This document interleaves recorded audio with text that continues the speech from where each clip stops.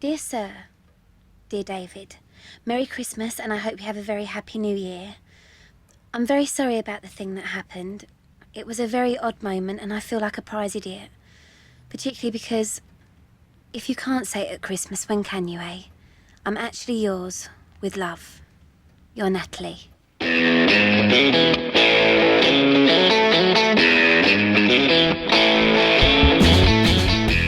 Hello and welcome once again to the Cine-files, where we are continuing our exploration of Richard Curtis's Love Actually. My name is Steve Morris. I'm a filmmaker and directing instructor in Los Angeles, California. Hello, everyone. My name is John Roca. I'm a writer, producer, host, and critic on the Outlaw Nation channel. Excited to be jumping back into this one as we get into the meaty storylines of Love Actually. And we are, of course, very, very happy to welcome back to our microphones one of our favorite guests and a true expert in all things holiday, animation writer and executive, Michael Vogel. Welcome back to the Cine-files. Thank you. I thought you were going to say I was an expert in all things love, and I was going to have to be like, not even a little bit. But no, I'll take holidays. I'll take holidays. That I'll take. So yes, thank you. Glad to be back and glad to talk more about one of my top holiday movies. Well, and for those of you who decided to skip part one, you're in luck because we are approaching this movie in an entirely different way, which since it is in fact a whole bunch of different stories edited together, we are removing all that editing and tackling it one storyline at a time as if these are short films. So let's get into a story about Sarah, Carl, and her brother Michael.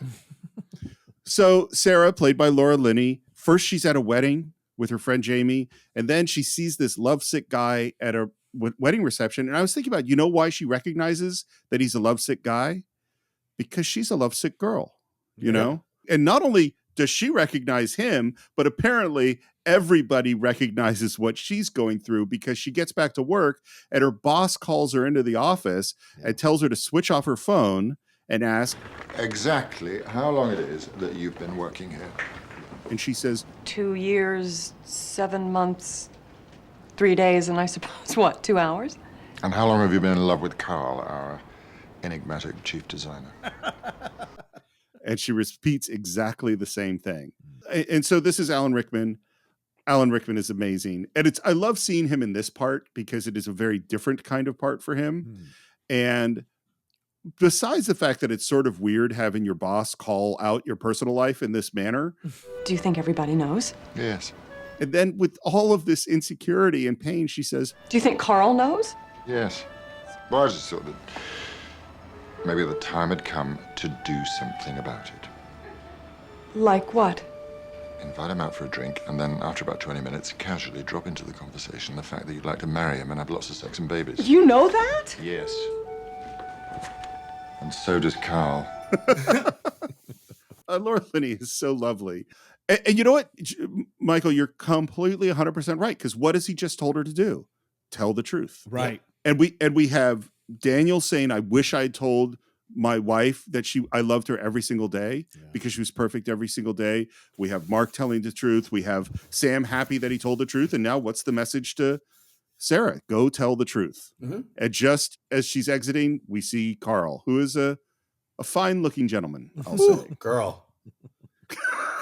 You said it, sister. By the way, I haven't said a lot of filmmaking stuff, but it was very difficult to color correct this scene because there's so much light blasting in through all those windows in the offices. It was really hard to balance everything out. There is a filmmaking thing. There hasn't been a lot of them. And as soon as she walks outside of the door, her cell phone rings. And this is going to become the painful buzzer that's going to interrupt everything. And we hear her smile, a complex smile, and say, babe, absolutely far away. Later on, she's putting on makeup and she sees Carl get up across the office. It's late at night. They're turning off lights. Hi, Sarah. Hi, Carl.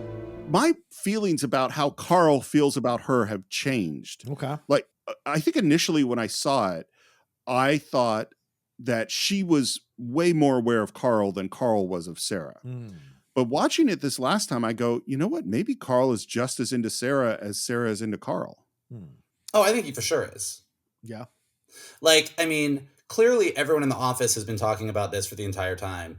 And I don't think Alan Rickman is, and even though like bosses probably shouldn't have that conversation, it's a little inappropriate. Bosses have those kinds of conversations all the time. And I think that him kind of being like, you need to go do this. I don't think he's saying just to do it with no clue. I think everyone is well aware of the fact that like, hey, Carl is in. Carl thinks you're really cool. He just doesn't, he's a shy guy. He's, he's enigmatic. He's our chief designer. He's very busy. But like, if you just put yourself out there, like it's gonna work. Like you should just do this. Yeah, I think that's totally correct. Of course, she's not making progress with this plan of talking to Carl. There's one shot, it's late at night, and it's Sarah with a little tiny Christmas light. You want to know why this is in the movie? Why? Because when they shot it, Laura Linney told Richard Curtis, there's no way you're putting this in the movie. And he bet her $100 that he would. Maybe it was 100 pounds. And so it's in there in the midst of a lot of sort of Christmassy montages. And we get to the big Christmas party dance where Carl comes up to her and says, just one more dance before I run out of chances. By the way, Carl is Brazilian. His name is Rodrigo Santoro. I think he's really great and obviously really sexy in this movie. And they go to dance. Whew, girl, and you said it, sister. I'm just going to keep saying that every time he comes up. Okay. Fair. Well, we got a couple of really good ones then, so I expect some more girls. He's a God King. He's a God King. From 300, of course, he's going to be hot. And they dance classically, it's sort of a fast tempo dance that ends and immediately we're in a slow dance. It's beautiful. It's watching their facial expressions, watching where their hands are, watching him move his face in close to her smile as they dance. He's driving her home.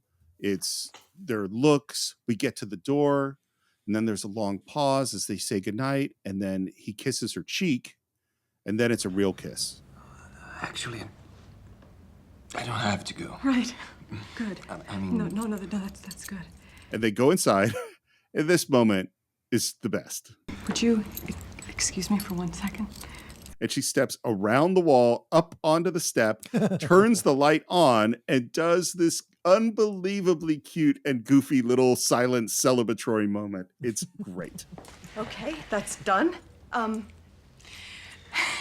don't you come upstairs in about 10 seconds? 10 seconds. She goes upstairs, cleans her room very quickly, hides the teddy bear under the bed, and then he comes up, and it is so romantic, and it is so lovely, and it is so tender. And it is so sexy. Oh, girl. Girl. Girl. By the way, that, ladies and gentlemen, was my first girl ever. You did it really well. I was very impressed. We got to work on it. Yes, no, it was good. It was good. 10s across the board, Steve. I loved it. I approve. I was nervous about it, but I'm really glad that I did it. What? But he said it with a question. You know, say girl. Oh, you can say girl. Girl. You can, if you're with your gay friends, you can have an entire conversation that covers politics, Shakespeare, science, and you can only use the word girl, and it will all be understood. First of all, that's like a fabulous SNL sketch, and I think we should film it. By the way, I think his pants sort of magically disappear at a certain moment, and things are getting hot and heavy, and I like that he's having trouble getting her top off, and she goes, just tug it. And it's super sweet, and it's super romantic, and things are moving right along, and the cell phone rings. And it rings again, and she says, I better answer that. It's like, no, you shouldn't better get that. Right. You shouldn't get that. Hi, hello, darling. No, I'm not busy. And what's interesting, we don't know what the phone call is at this point. Right. And as the phone call starts, you're like, who is she talking to? And then you hear... I'm not quite sure it's going to be possible to get the Pope on the phone tonight, but... And now we're starting to get, she's talking to someone who's got some kind of mental health issues. Right. And she hangs up, and I think initially that was all the scene.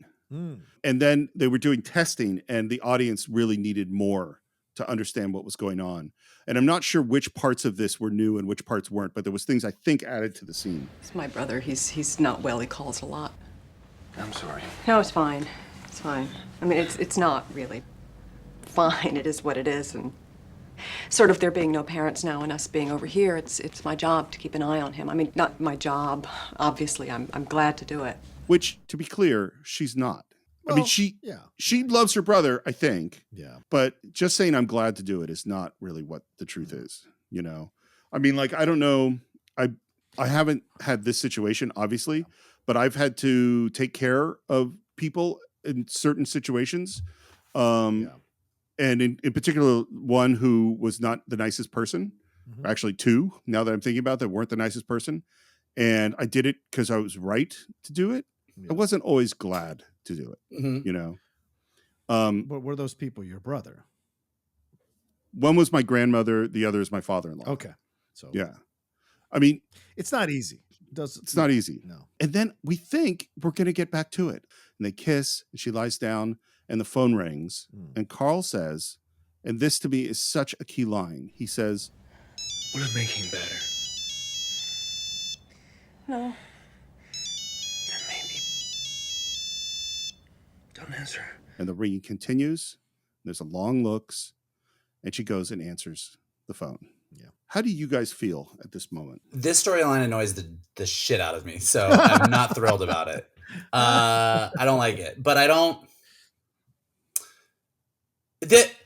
The fact that she answers the phone actually is not what bothers me, because I actually think that is probably right. I think that, and again, like, this is clearly a story about her love for her brother is what this storyline is about. And so the fact that she is always going to be there for him is what her character should do in that moment. It's Right. kind of where everything happens post her doing that, where I'm like, I don't think that this is a good story. I don't like where this goes. I don't think that this has a good message at the end. Like, to me, if Carl is as lovely and perfect and amazing as he seems to be, both physically and otherwise, the story that says you have to make this choice kind of bothers me. Mm-hmm. Like, find you a person that is going to be like, if this is so important, like, hey, we can have super hot, sweaty sex later. Yeah. Let's go to the hospital. Let me drive you. Let me do this. How can I be helpful? Like, the idea that you can either have the man of your dreams or do what's right and responsible for the family member that you love bothers me. And like we've said with all of these stories, each one of these is sort of a parable. And this is sort of saying that sometimes you think you want this one thing, but the real romance, the real love in your life is this thing. And that's fine. But it just... Is that what you think this is saying? I don't that really the real know. Love of... That's not how Here's the thing. I think that either that or it's a super sad story. And in a rom-com Christmas movie where everything has a happy ending, the fact that her and Emma Thompson both sort of end up in these really shitty positions by the end, it always bugs me, because both of them deserve better. Like, Laura Linney, like, Sarah's character actually deserves, like, I don't think that her love for her brother, like, but like at the end of the movie where we see her at the end is, I'm having Christmas with my brother in the facility that we keep him in, and we've got scarves on, and that's as good as my life is going to get. Yeah. So I'm either going to choose that is what she wants, or I'm going to choose that this is a super sad story and a shitty ending for her. And if it's a sad ending, then it's saying she made the wrong choice, which I also think isn't right. So it bothers me. Well, I think, Lindley hates this movie for the two things and look, she's a massive, bigger Anglophile than I am. And a lot of people in this movie are some of her favorite actors in British TV and films. So I was so surprised when I said, hey, we're going to do Love Actually this week. We're going to watch it. You want to watch it with me? And she's like, no. And then she specifically pointed out how much the men succeed in this movie and how much the women do not. And she said, like, the Laura Linney situation, the fact that she ends up in a situation like this with a guy, I guess, who's making her choose.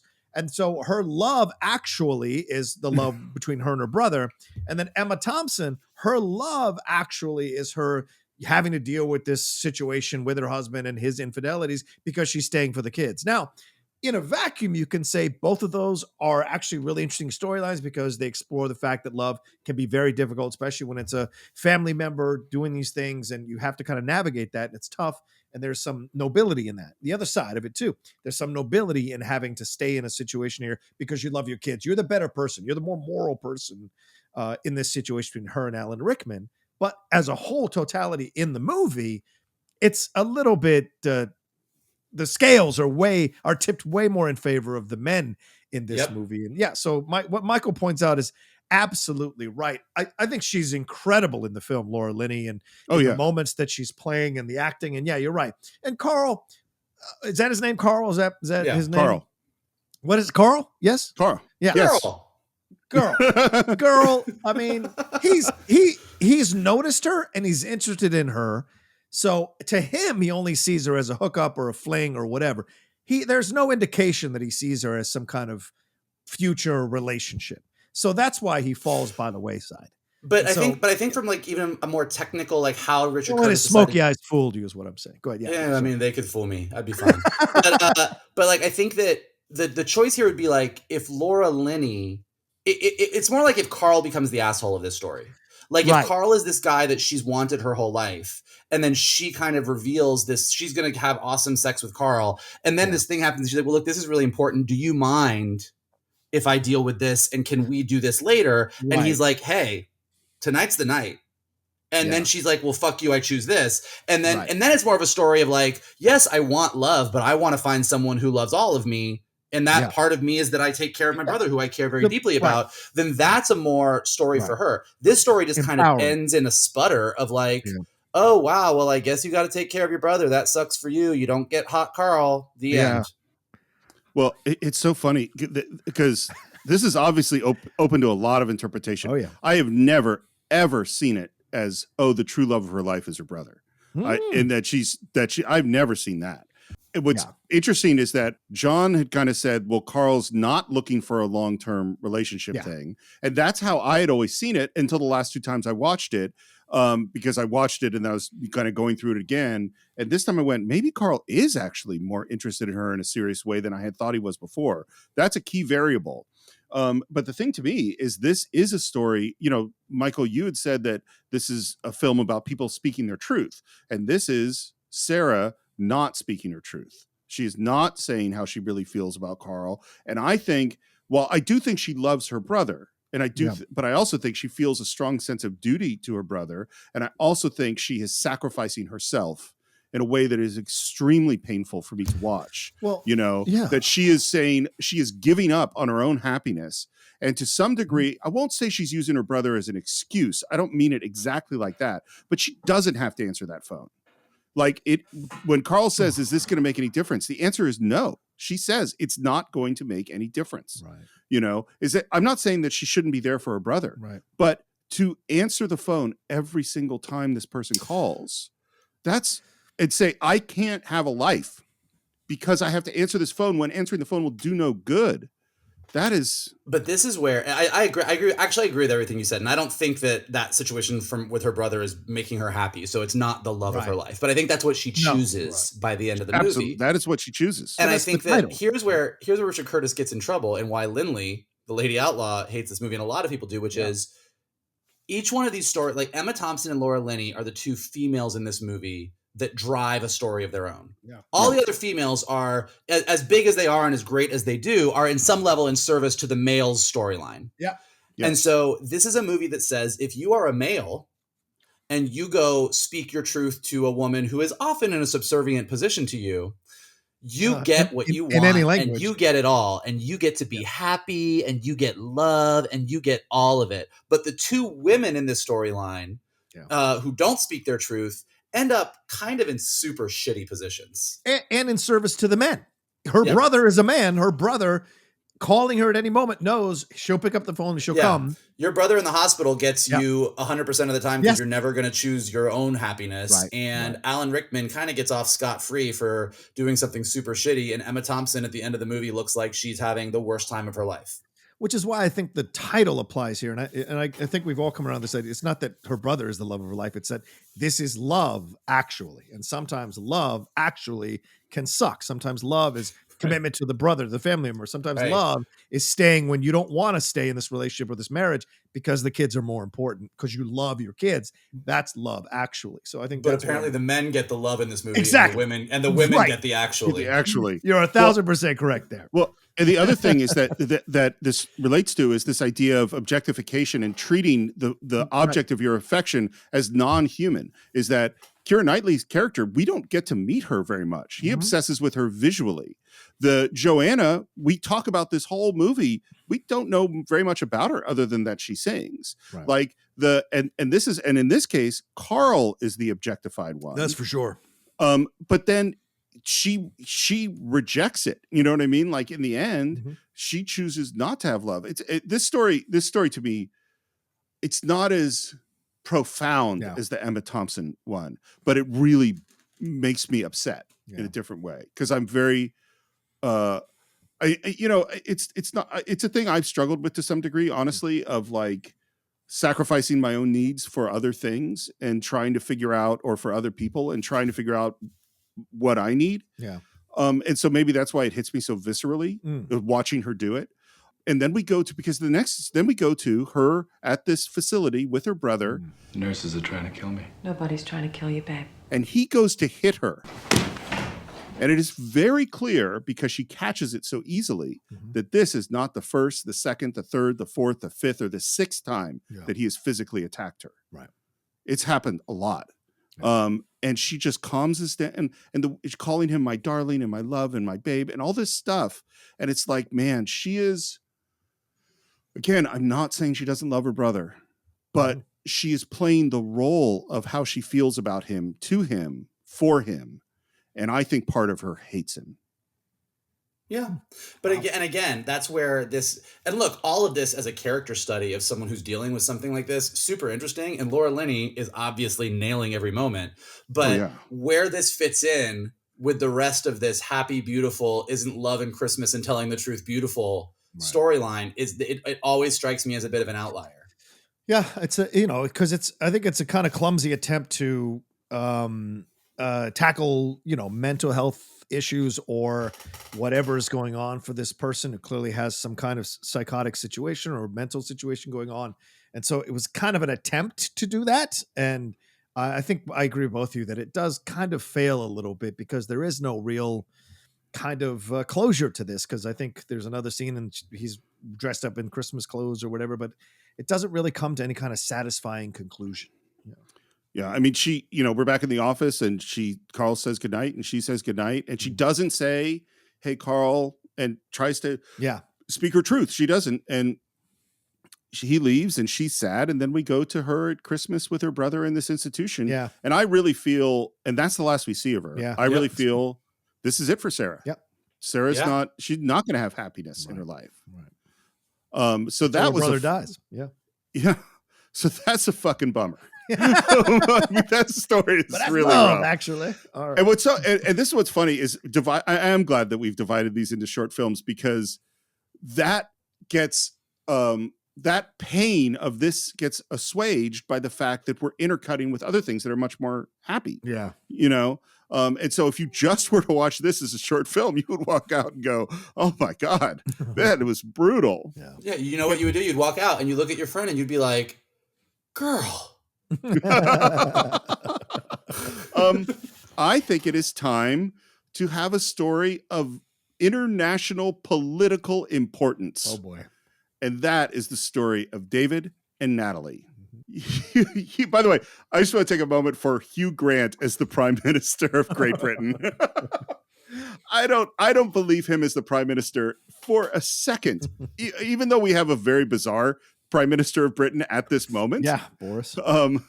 But yeah, I don't really believe Hugh I wrote Hugh Jackman in my notes, by the way. I believe Hugh Jackman is the Prime Minister. That I'm into. 100%. Anyway, he arrives at 10 Downing Street, walks in. This is obviously his first day on the job, and meets his assistant, and then gets introduced to his household staff, says some inappropriate things to an older gentleman. I do adore Hugh Grant in his awkward, funny, embarrassed way. Yeah. And then gets introduced to Natalie. Yeah. This is Martine McCutcheon. Mm-hmm. And by the way, in the script, Richard Curtis always wanted her for the part, and so the character's name was Martine. And then he changed it to Natalie before he gave her the script because he didn't want her to get cocky and know that she already had the part. Oh, Jesus. Hello, Natalie. Hello, David. I mean, sir. It's beautifully awkward. Shit, I can't believe I've just said that. And now I've gone and said shit. Twice. I'm so sorry, sir. It's fine, it's fine. You could have said fuck and then we'd have been in real trouble. Which is lovely and charming. Well, she does follow up by saying, I knew I was going to fuck this up. I did think I was going to fuck it up. Yeah. And then it becomes a whole thing. So, yeah. And he walks away and goes into his office, closes the door, and says, Oh, no. That is so inconvenient. Again, I actually think they're great together. I think they have great chemistry. I really enjoy them. But the idea that the prime minister of a country has one glimpse of an attractive assistant and is instantly in love with her and is like, this is going to be inconvenient. It's like, it's so, again, it's that objectification thing, you know? I mean, I think that I'll give them a little bit of a pass on it because realistically, in real life, we all have those moments where we walk into an office meeting or we walk into a place and you have that person who does take your breath away. Now, and I do think that particularly in this storyline, we'll get to it, he does make an effort to get to know her a little bit better. And we do see that they have some conversations. So it's not like some of the other stories where it's just like, boom. But like, I mean, dude, I remember once I went up to Boulder, Colorado to this app company that Hasbro was working with. And we had a big meeting about this game they were working on that we were going to like work with them on. And this guy, this Denver computer graphics designer guy in a plaid shirt with a big Denver beard who was 6'3". Like he like walked in and he had a tattoo that had like Elvish on. Like I literally fell out of the chair. Like I just passed out. Like they had to revive me. They had to bring in the smelling salts. Like like that would have been my Love Actually moment. Absolutely. I'm not saying, of course, people see each other and are attracted. 100% agree.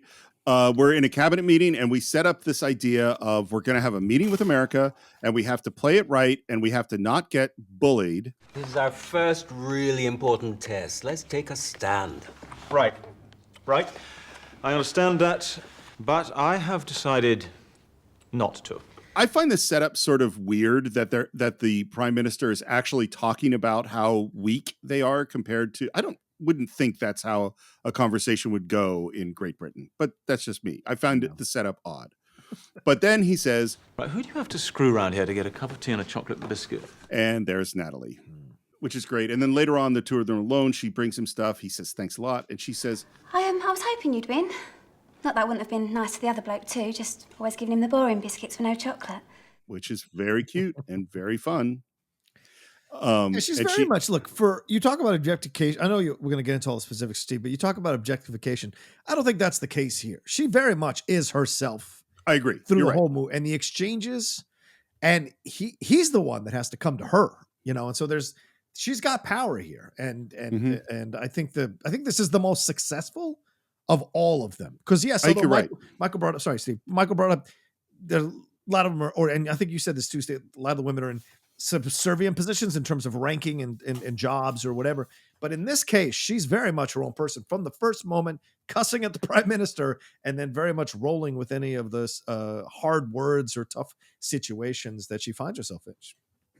I think in power dynamics, you know, from an outside, the power dynamics are the most out of balance in this circumstance. But I also think she is the most of a character. Yeah. She's way more character than Keira Knightley or Aurelia. I mean, who I love, but like they can't speak to each other. These characters can actually speak to each other.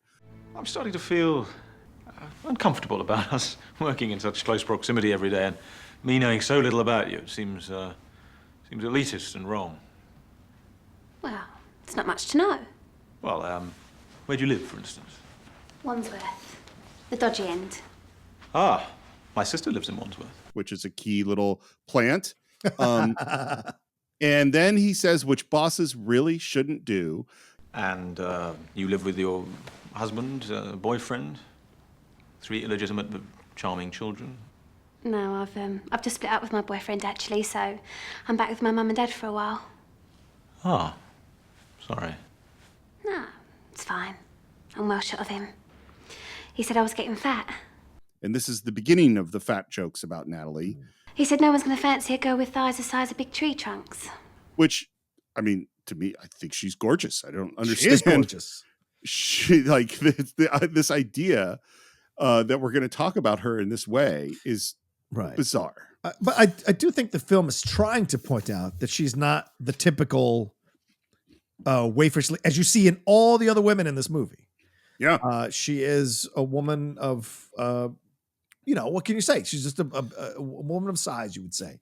Yeah. And so she's not your typical. And I think that's why I like that she's one of the main leads of one of the main romances in the movie. Well, it's interesting, yeah, because like Aurelia's sister at the end of the movie gets fat jokes.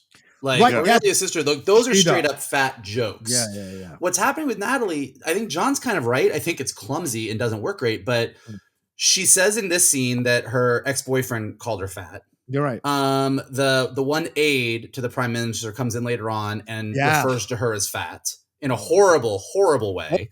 But again, they're not trying to make a joke at her expense. Like they're making a point that this woman is being really mean and fat shaming her.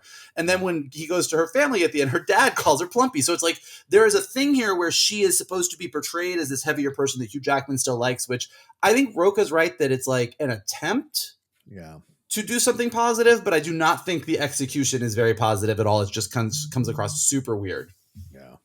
I love the final moment after David has said, well, I could get the SAS to kill your ex-boyfriend, which is funny. After she leaves, he looks up at the portrait of Margaret Thatcher and says, you have this kind of problem? Yeah, of course you did, you saucy minx. The president of the United States is Billy Bob Thornton, who I think is great in this.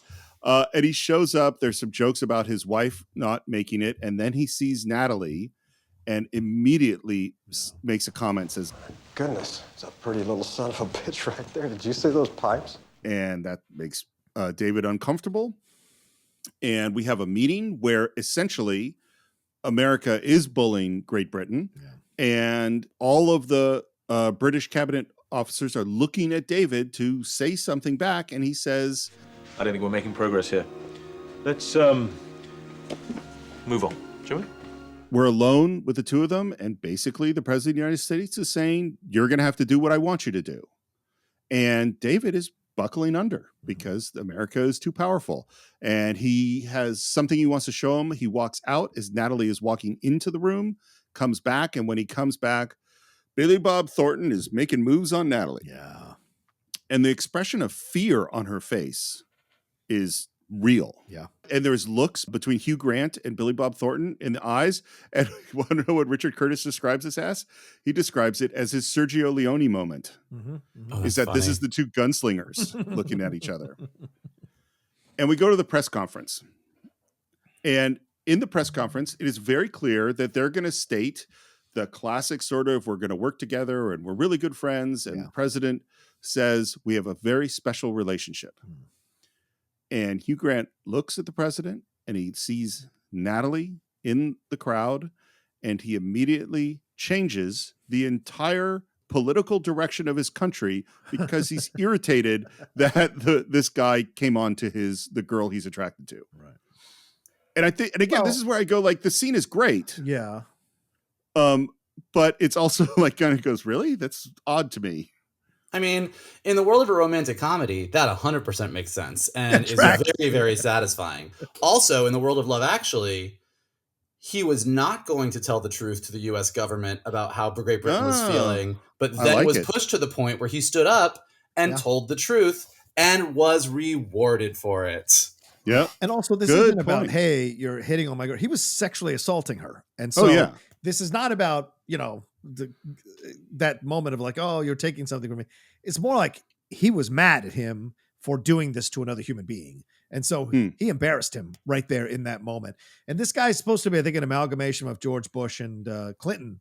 So it's like, it's that kind of shot taken at both of them, which I think is a great moment in the movie, to be honest with you. And one of those glimpses into the Hugh Grant we were going to see years later as an actor. Like, there's a lot of levels he's playing here in these moments that I think are great. Well, and it's also related to Tony Blair, who the British, many of them believe that he had been bullied by George W. Bush into the Iraq War when he shouldn't have. I love that word relationship. Covers all manner of sins, doesn't it? I fear that this has become a bad relationship. A relationship based on the president taking exactly what he wants and casually ignoring all those things that really matter to Britain. I love the character that they created for David the Prime Minister, which is this very funny, part Hugh Grant kind of person. And by the way, this was rewritten consistently right up until the last minute, this speech. We may be a small country, but we're a great one too. Country of Shakespeare, Churchill, the Beatles, Sean Connery, Harry Potter. David Beckham's right foot. David Beckham's left foot, come to that. And it was supposed to add Catherine Zeta-Jones's breasts. Whoa! And Hugh Grant continually refused to do it and said that's not right. The Prime Minister would never say this. Right. And finally, they just just Good on Hugh Grant. That would have not been. That would have not aged great, as opposed to Catherine Zeta-Jones, who has aged lovely, beautifully.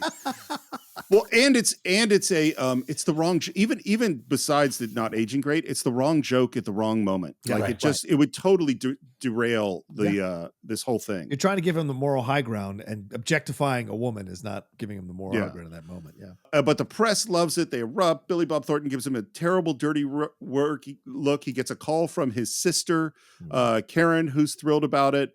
And then later on, the whole nation is excited about it so much that the radio dedicates a song to him on the radio, and he alone at 10 Downing Street does a dance. Hugh Grant, by the way, refused to rehearse this. He hated the whole idea. It is so good, particularly the sort of sliding to the side move as he goes across screen. It is hilarious. And of course, at the end of his dance, after dancing down the stairs, there is a woman watching him from behind. And he immediately has to go into something about the Japanese ambassador. It's super cute. Then a week later or so, his assistant walks in. Need you to do a favor for me. Of course. Anything for the hero of the hour. Don't ask me why, and for heaven's sake, don't read stuff into this. It's just a weird personality thing. But, you know Natalie, who works here? And she says, The chubby girl. Just horrible. Yeah. And then, Would we call her chubby? I think there's a pretty sizable ass there, yes, sir. Huge thighs. I don't even know what to say. It's not, yes, people say mean things about each other, about other people, and that happens. But like saying this to the Prime Minister in the office in 10 Downing Street, it just seems...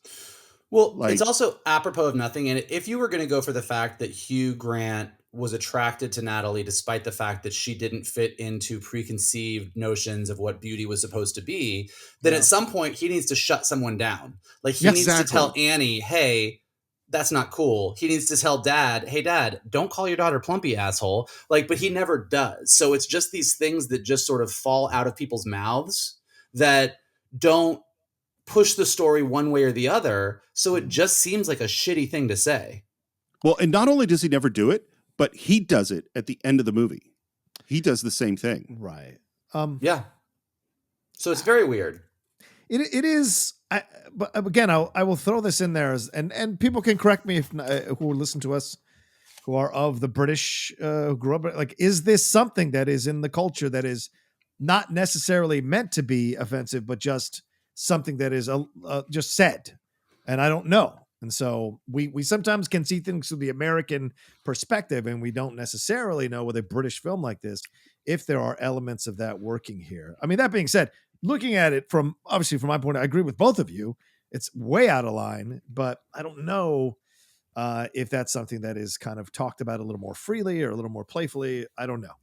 Well, I mean, again, I think that it's just there's a lack. Like, look, if you are in love with someone who is heavier or doesn't adhere to typical body image issues, and they don't have a problem with it, and they're confident, and you two can joke about it, that's a relationship that is 100% allowed to exist. Well, of course. But it needs to be established in the proper way, and it's not established in a proper way here. It's just people say shit about Natalie. Natalie clearly feels bad about it because she felt bad about it when her ex-boyfriend said it. But people are all making fun of her. David is not defending her. And if David said, like, for example, and I'm not sure that this would work either, but if David stood up to somebody and said, I think Natalie is beautiful, you saying this is shitty. And then at the end said, God, you weigh a lot. And she goes, oh, shut up. It almost makes it like he's saying, like, this is super okay. It still probably wouldn't land exactly right, but you need something more than what's there now. And so, Steve's right. It just kind of comes out as like, the fuck is going on? Yeah, but doesn't he get back at the assistant? Doesn't he? No. Doesn't she? And doesn't he move her out of the job to someplace else? Nope. No. Okay. Nope. No, I thought he did. I thought he did. No. Well, and this is the thing too, is I think that Richard Curtis thinks these are funny jokes. It's not, there's no sense of judging people for making these jokes about Natalie. Right. That's not really in the movie. Yeah. These are funny. I'm sure she's a lovely girl, but I wonder if you could redistribute her. Which basically means move her out of the job at 10 Downing Street. Yeah. And Karen said, which I agree with, wish he'd said, she's great. This is not about, you know what I mean? Like, because otherwise it really feels like she's being demoted for the fact that the president of the United States, as you said, John, assaulted her. Yeah. And now she's being kicked out of her job. That's fucked up. Yeah. And that's it doesn't feel like that's what's happening. Right. That is what's happening. Well, I think what David is doing is I am too attracted to my assistant and it's interfering with my work. That's what he's doing. Yeah. But for Natalie, that's not how it's going to feel. Right, exactly. He's working late.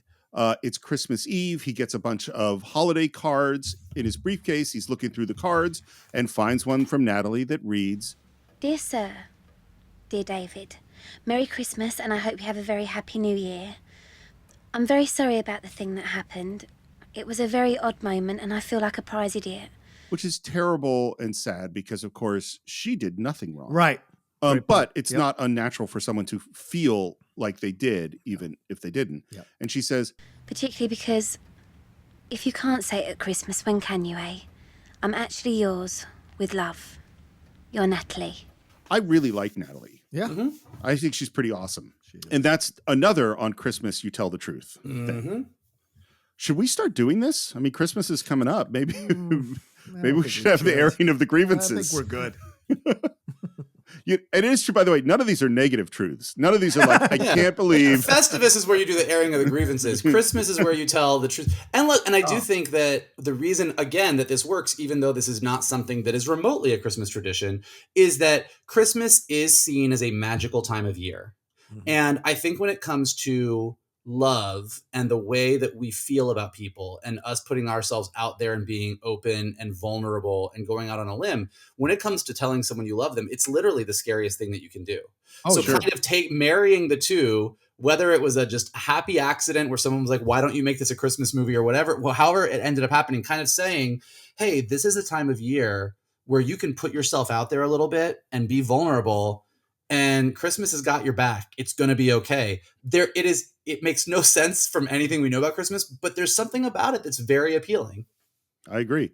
And so he goes, I need the car. He gets in his car, wants to go to Wadsworth, the dodgy end. And this, by the way, is the stupidest plan. Like, shows up on this huge street with no idea where her house is, and he's the Prime Minister of England is just going to knock on every single door on Christmas Eve. Like, this is like an insane plan. And he knocks on one door, asks if Natalie's there, and then he goes on the next door, and two cute little girls answer and ask if they're singing carols. Well, I mean, I suppose I could. Please. All right. Breaks into Good King Wenceslas. Good King Wenceslas looked out on the feast of Stephen. His security guy standing behind him when he joins in. It's so good. It's so great. When the snow lay round about, deep and crisp and even. Hugh Jackman's. I mean, now you made me do it. Hugh Grant's sort of like the way his eyes sort of bulge before he turns, like his kind of like double take that he does is just perfection. It's absolute perfection. And the little girls like run dancing along as well. Yeah, they're because kids love dancing to King Wenceslas. Yeah, that is my body starts moving when I hear that song too. Goes to another door. A beautiful woman answers. He asks for Natalie, and she says he's next door. You're not who I think you are you? Yes, I'm afraid I am, and I'm sorry about all the cock-ups. Not my fault. My cabinets are absolute crap. We hope to do better next year. Merry Christmas to you. Which a politician would probably never say that, but Hugh Grant is so charming. So, Ah, hello. Is Natalie here? where the fuck is my fucking coat? Oh, hello. But they're all leaving to go to this Christmas concert. It is the first time all the local schools have joined together. Even St Basil. Too much detail, Mum. Anyway, how can we help, sir? Well, I just needed Natalie on some state business. And then finally, he offers to drive them. So we see one car packed in the cop car, just filled up. And then we have the great shot of the Prime Minister of England and Natalie separated by a kid in an octopus costume. Look, I'm so sorry about that day. I mean, I came into the room and he synced towards me and there was a fire and he's the President of the United States and nothing happened, I promise. And I just felt like such a fool because I think about you all the time, actually. And I think you're the man that I really... We're here! Oh, that really was just around the corner. One thing I wish he said, the president was a horrible person and did something horrible, because it's so much about her apologizing. Yeah. Right. Yeah. Rather than, no, you were assaulted by an awful person. And I like this too. I like that David has the awareness to say, I think I better not come in, Last thing anyone wants is some sleazy politician stealing the kids' thunder. and she goes, Just give me 1 second. and she runs out. She comes back and gets him. She says, I can take you backstage, because this is her school. She knows all her way around. And as he's going in, he runs into his sister, who gives him this really big and strange hug. We haven't been introduced. Oh, right. This is Natalie, who's my catering manager. Oh, hi. Catering manager, watch out. He keeps his hands off you. 20 years ago, you'd have been just his type. I'll be very careful. Don't try something, sir, just because it's Christmas. I think what's great about Natalie is her confidence. Yes. Yeah. She knows what their relationship is. She's already confident in what's going on here. Yeah. Even though he hasn't actually said anything. They sneak backstage, and there's some girl who's singing a great song. And then all of a sudden, at the climax of the song, the curtains open up just as they kiss. And there are a whole bunch of family members with their cameras seeing the Prime Minister of England kissing a girl backstage at the Christmas concert. And man, there is a lot of a reaction. So not quite as secret as we'd hoped. What do we do now? Smile. Little bow.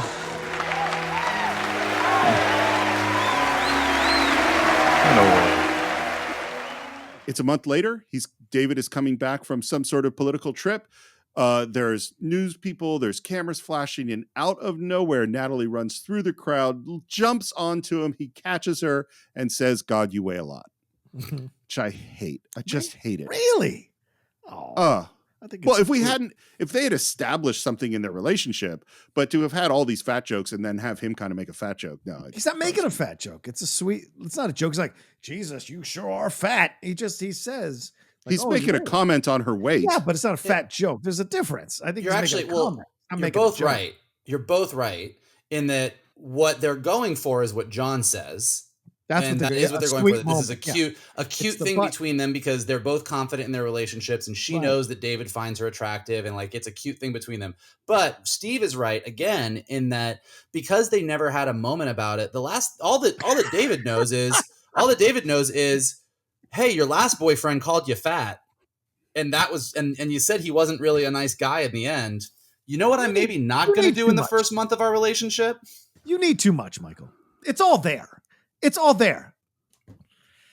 I mean, there are thousands of essays on the internets about this movie that would disagree with you. But to me, yeah, I mean, I think it's all there because he's genuinely attracted to her. He genuinely has feelings for her. And as I said, the Brits have kind of a ball busting thing. They have this kind of thing. And so I've seen this happen, and it's just part of it. So for me, I get the point of view, obviously, but I think that's more of a playful, we have feelings for each other kind of joke, intimate joke that he says. Whereas his assistant, that's horrific what she says. I think he's just being a little more like intimately playful with her. I think that's true. No, I think it's if she had said, yes, old man, or make some joke about his age, because there's the age difference that there also have 1,000 essays about in this relationship too.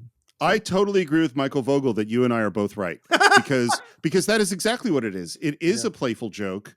That is what his intention is, and that is how she receives it. It bugs me. It's not that moment bugs me. It bugs me because of all the other moments leading up to it. And as Michael said, there's not anything to set it up in a way that makes it feel better for me. Fair. Let's meet Colin. Oh, fuck. Can't wait to hear this. Colin Friscell, played by Chris Marshall. He works for a catering company. He's handing out some sandwiches at an office party. Are we dealing with this storyline? Oh, let's get through this one quick. There's not much to talk about here. He's serving at a reception for a wedding, sees this blonde, tries to flirt with her about insulting the food, says, "What do you do, Nancy?" I'm a cook. Ever do weddings? Yes, I do. I should have asked you to do this one. I did. God, I wish you hadn't turned it down. I didn't. I didn't. So here's what's funny. This scene is from a movie called 4 Weddings and a Funeral. It was Hugh Grant's audition scene for 4 Weddings and a Funeral. They ended up, I think they shot it, cut it out of the movie, and then added it to this movie. That's amazing. He goes into the back room with a friend and says he has the answer of why he can't find true love. English girl. They're stuck up, you see. And I am primarily attractive to girls who are, cooler, game for a laugh. Like American girls. Only go to America, he would totally get girls instantly because they'd love his cute British accent. Not a wrong theory. It's not a wrong theory. Here's my only... I actually think the storyline... The storyline is almost so shallow that it's great and amazing because it's not trying to be anything other than what it is. Yeah. I just wish he wasn't actually a dick. There's... Yeah, that's a good point. Like he's actually a dick. Like, he's not, like, a good dude. He's kind of like a piece of shit. Like, the whole scene at the beginning with Nancy, the caterer, doesn't quite play as charming because he's just sort of gross and shallow and a bunch of things. And so if he was just a little bit more, like, he actually was a really dorky, awkward guy who just couldn't get it right, then what happens to him would have been even more satisfying. As it is, I'm kind of splitting hairs because it's still satisfying in the most ridiculous, shallow, over-the-top way. And there is something that is just, again, true about when you go out of your country. It happens if Americans go to Europe. It happens when Europeans come to America. You have an accent and you automatically go up 2 rungs on the attractive meter. Like, it just happens. Like, it's a weird thing. And I've been the beneficiary of it when I have traveled, and I am okay with it. And we go to him in a van, and he has bought a ticket to the States to a fantastic place called Wisconsin. No! Yes, Wisconsin babes! Here comes the Colin! No, Cole. There are a few babes in America, I grant you. But they're already going out with rich, attractive guys. And I love, by the way, the back and forth of... Stateside, I am Prince William, without the weird family. No, Colin, no. Yes! Net. Da! 9. Yeah, darling. All of that is really funny. It's a week before Christmas. He's rent out his flat to buy his ticket to Wisconsin. We get to the airport. He claims to have a backpack full of condoms. As right before he gets in the plane, he makes the announcement, America, watch out! Here comes Colin Friscell, and he's got a big knob. I mean, arrives at Milwaukee, asked to be taken to a bar, just an average American bar. He gets taken to an average American bar, orders a Budweiser, the king of beer, and immediately a beautiful woman, Shannon Elizabeth from American Pie, hears his accent, thinks he's cute, calls over her blonde friend, January Jones, also loves his accent. Carol Ann really likes English accents. That's Alicia Cuthbert. So 3 unbelievably hot women completely obsessed with him just for opening his mouth. Why don't you come back and sleep at our place? Yeah. Well, I mean, it's not too much of an inconvenience. Hell no. But there's one problem. What? Well, we're not the richest of girls, so we just have a little bed and no couch. So you would have to share with all 3 of us. And on this cold, cold night, it's gonna be crowded and sweaty and stuff. Yeah. And we can't even afford pajamas. No? Which means we would be naked. So this is a porn, right? I mean, this is pornography. I mean, like that. This is the exact script from a porn. I heard it differently, and I'm not the one that said this. I've heard other people say it, so I can't take credit for it. But somebody told me that this storyline is what happens if a straight person gets to live one night as a gay man. This is like this whole sequence plays out in a way that you're like, this is so unrealistic. This would never happen. This is the most insane, over the top. And I think as like completely weirdly sexist and objectifying as this whole storyline is, it's almost like it's pushed so far beyond the boundaries of reality into parody that it actually kind of works. But then somebody was like, yeah, but if like that was a gay guy, I'm like, oh yeah, no, that actually completely makes sense. That actually would work. That actually doesn't even seem weird anymore. It just seems like that's actually what would happen. And then if this isn't enough, they say, The thing that's gonna make it more crowded? Harriet. You haven't met Harriet. There's a fourth one. Yeah. Don't worry, you're totally gonna like her because she is the sexy one. And then we cut to this house in the snow with 4 figures in a silhouetted window, obviously doing naughty things, and a woman, strangely enough, like in high heels and I think a miniskirt, walking through the snows of Wisconsin towards this house. And I'm watching this, and literally my note was like, well, is this real? Like this, am I supposed to think that this, in the movie with the Laura Linney and the Emma Thompson story, that this also happens? Like, it's so completely bizarre. But like, I mean, I remember even seeing it when we saw it in theaters. Like, people were like losing it. Like, it's just so over the top and it's so silly. And I also think that there is a little bit, I think there is truth to this. Like, when you go out of your country to another country, there is this like, you are interesting to people in a different way. But I also think this is a little bit what British people think America is like. I think that there is kind of that's what it's like in America, isn't it? 1 month later, Tony picks up his friend Colin at the airport, assuming that Colin has totally had a horrible time in the U.S. Out comes Shannon Elizabeth. Tony is shocked. Hope you don't mind. I sort of brought my sister to stay. And there is Denise Richards. This is Carla. She's real friendly. Hello, you must be Tony. Gives him a big kiss. I heard you were gorgeous. All right, so that's that film. Yeah, please. I don't have nothing to say on this. Yeah. You have nothing to say? You know you love it. No, it's what? No you way. Love it. That dude's not attractive. Why do you think I would love that? I would love to hear why you think I would love this. It's such a dumb storyline. But that's what I love about it. It is funny. It is so stupid. Nothing. It is so stupid. And I do wish, like I said at the beginning of it, that I wish he was a little bit not as much of a dick, because I don't think he actually gets what he deserves. But it is just like this, hey, sometimes love just works out in weird ways, guys. But this is, to the Lady Outlaw's point, this is as objectifying. As absolutely objectifying. So now we get to go from the most ridiculous and over the top story in Love Actually to what arguably is the heaviest and most difficult story of Love Actually. Well, actually, it's kind of a tie, but right now we're going to meet Emma Thompson and Alan Rickman in the story of their marriage.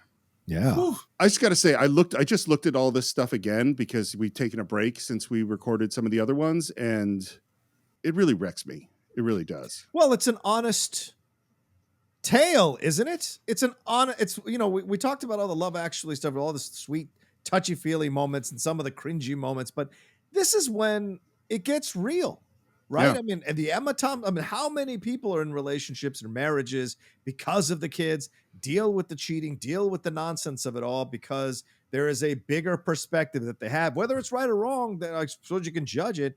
But I love that they threw this element in the movie and really make Alan Rickman a jerk off for sure, in contrast to Emma Thompson's strength and style. I almost said Emma Thompson's strength and style in the role here in Love Actually. Yeah, I mean, I think as we've been talking about with like each of these stories, like there's an element of what Richard Curtis added to Christmas, which is this idea of telling the truth. And this is a story where there's a serious lack of truth being told, and it has the saddest ending. So I have some issues with the way it ends, but yeah, I think this is definitely the heart the heart of the movie. I mean, as much as we talk about like the card scene and dropping the cards as like the iconic moment, Emma Thompson standing alone in her bedroom listening to Joni Mitchell is probably the most heartbreaking thing in almost any Christmas movie, and really hits hard because Emma Thompson is bringing the heat with this role. Yeah, she really is. And we start off with her and her daughter, who has an exciting, wonderful announcement. We've been given our parts in the nativity play, and I'm the lobster. The lobster? Yeah. Who knew there was a lobster in the nativity play? Is it second lobster? There was more than one lobster with the birth of Jesus. What's so great, and it's funny, Michael, I don't know if you remember when we recorded part 1, we had a brief glimpse of Emma Thompson as she talks to her friend Daniel, who's going through some losses, and you had said that the thing about her, she's always telling the truth. Yeah. And I don't think she is. And this is one example. Her job is to be super excited that her kid is the second lobster in the nativity play. And I think we're going to see her do what is necessary throughout this film, but not always the truth. Interesting. I can see that. I think that makes sense. I think when we see her, but like, you know, when we see her with Daniel in those scenes in his story, you know, she is being more honest than a person normally would when someone is grieving. And I think maybe there's something to that. Like in that relationship, she's saying things that most people wouldn't say. She's being sort of like bluntly honest. Which is probably what, to your point, what maybe is necessary for Daniel. That's what he needs. But then in her own life, even with something silly like I'm the lobster in the nativity play, or as other things go on, there is this sort of like more doing what's necessary than what's true. I think that's a good point. It's interesting. This is maybe one of the few places where I think these separate movies are really connected. Like a lot of them, they were just kind of passed in and out of each other's worlds. But what you said is really interesting. I think her relationship with Daniel is a far more honest relationship than some of the other ones she has in her life. And we cut to her husband, Harry, played by Alan Rickman, as he is talking to his new assistant, Mia, who's played by Heike Makatash. I don't know how to pronounce that name. And she tells him that, you know, that one of his employees is coming in.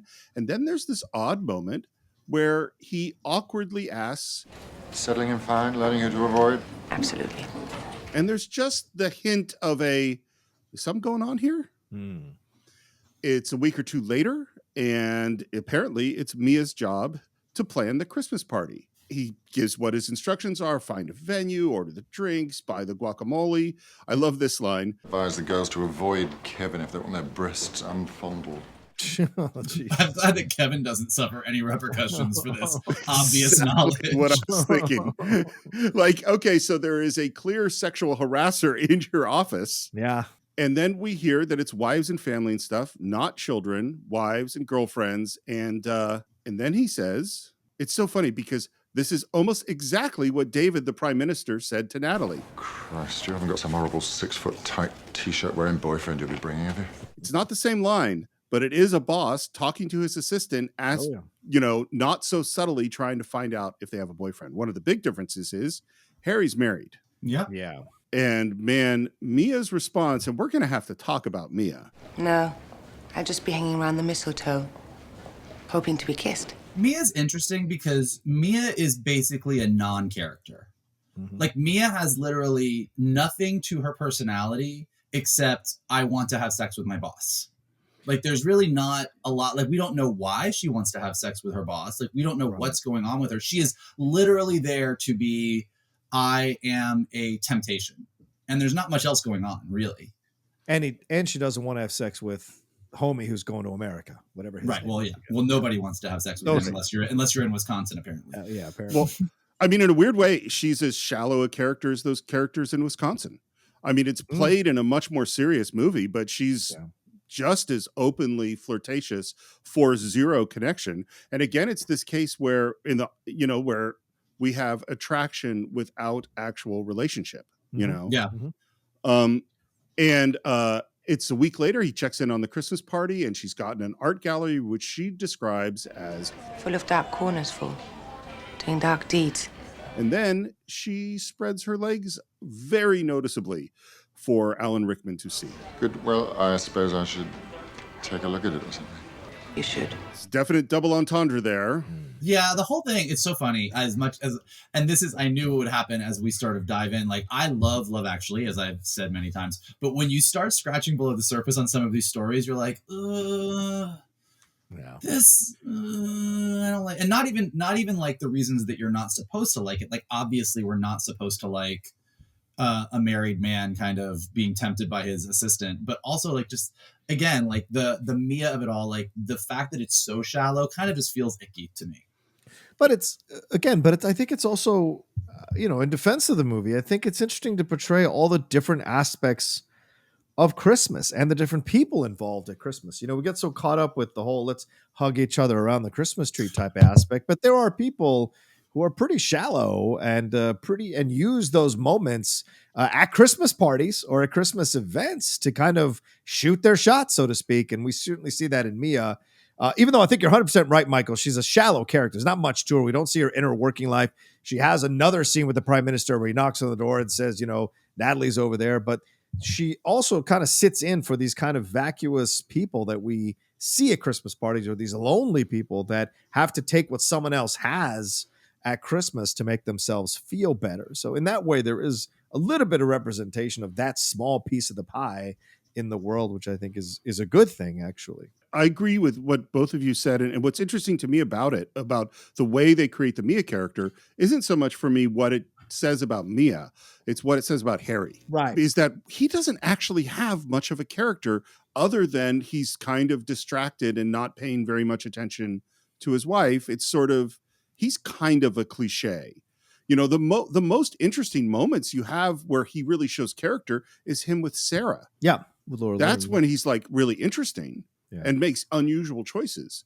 But he doesn't really make a lot of choices other than the main one that's going to be really hurtful and have lots of consequences. But I also think that's why casting is so important in films like this. Totally, 100%. Right? Because you want to have someone who's immediately interesting and charming because of their natural energy, because of the resume they already have.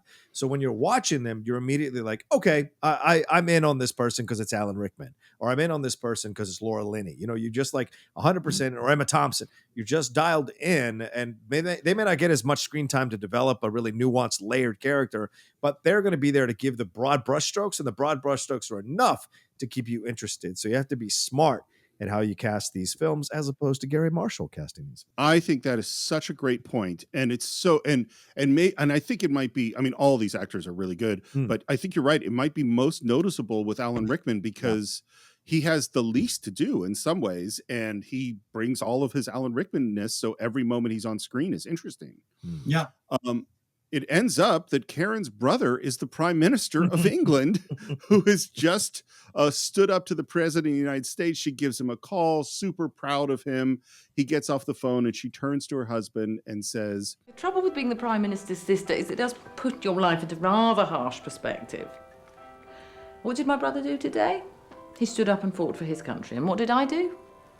I made a papier-mâché lobster head. And we hear that the music we're listening to is Joni Mitchell. And Harry's line here is like, it's insensitive on like 3 levels. I can't believe you still listen to Joni Mitchell. So A, he didn't recognize that it was Joni Mitchell. B, he thinks she should have grown out of Joni Mitchell. And C, he actually calls it, you feel like he's probably said this 20 times, don't you? Maybe. I think like back to the casting thing, I think that if it was a different person, I probably would take a lot of the things that Harry says way harsher, but because it's Alan Rickman, I'm kind of like, oh yeah, that's kind of a sweet curmudgeon-y thing to say. But yeah, Sure. You're not wrong. It just never quite struck me as that. In retrospect, you see the connection, right? Because they obviously have issues with each other. So when he says what he says now, and after you've seen the movie, it can really be seen as a biting shot. And clearly this guy's not happy in this marriage. So he's going to take his passive aggressive shots where he can find them, unfortunately. I don't know that I agree. Clearly he's tempted, but I don't think that these are two people that are unhappy in their marriage or that they're taking shots at each other. I think that that's why Emma Thompson is so blindsided by what happens. I don't think that she thinks there's anything wrong with their marriage. I think when at the Christmas party, when she sees Mia, she definitely goes on alert and says something to Harry, which we'll get to in a minute. And with Harry, I don't think that in any scene are we led by the writing or what's happening to go, this is a man who's miserable or doesn't like his wife or doesn't anything. Like everything is just, he seems bored by it for sure as things move forward. But I don't think that this is two people that are like catty with each other or being shitty to each other.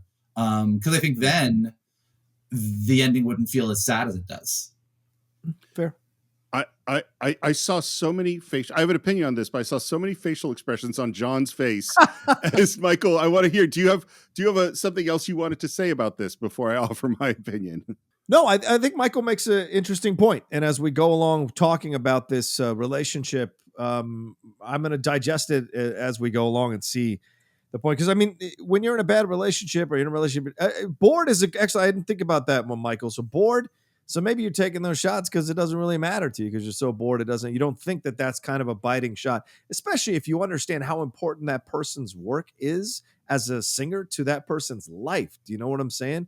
And I wonder if that's something that maybe he knows. So he's taking just a quick little shot as he goes along, and he thinks he can because she won't go anywhere and he's confident in the relationship. But I imagine she's aware that there are issues in that relationship. And women always know quicker than men do, no matter what they say. Women are much more intuitive than men are about this kind of shit. And, for sure. Women always say that stuff. I think real quick, Steve, before you weigh in, I think that what this story to me, and again, I think like a lot of these are open to interpretation, but I think what this story represents to me is that issue. It's not the issue of what happens when you have a marriage that has trouble. Which is definitely a story and that is a worthy story to be told. And a lot of marriages do. I think this is a story about what happens when a marriage just settles. I think this is not the I'm unhappy. This is we had kids. Our life is our life. We do school plays. We send presents to our friends. We do our Christmas shopping together. Like it's very everything. You can tell they've done all of this for a long time. And Harry's temptation is not the temptation of, oh, I hate my marriage, I want out.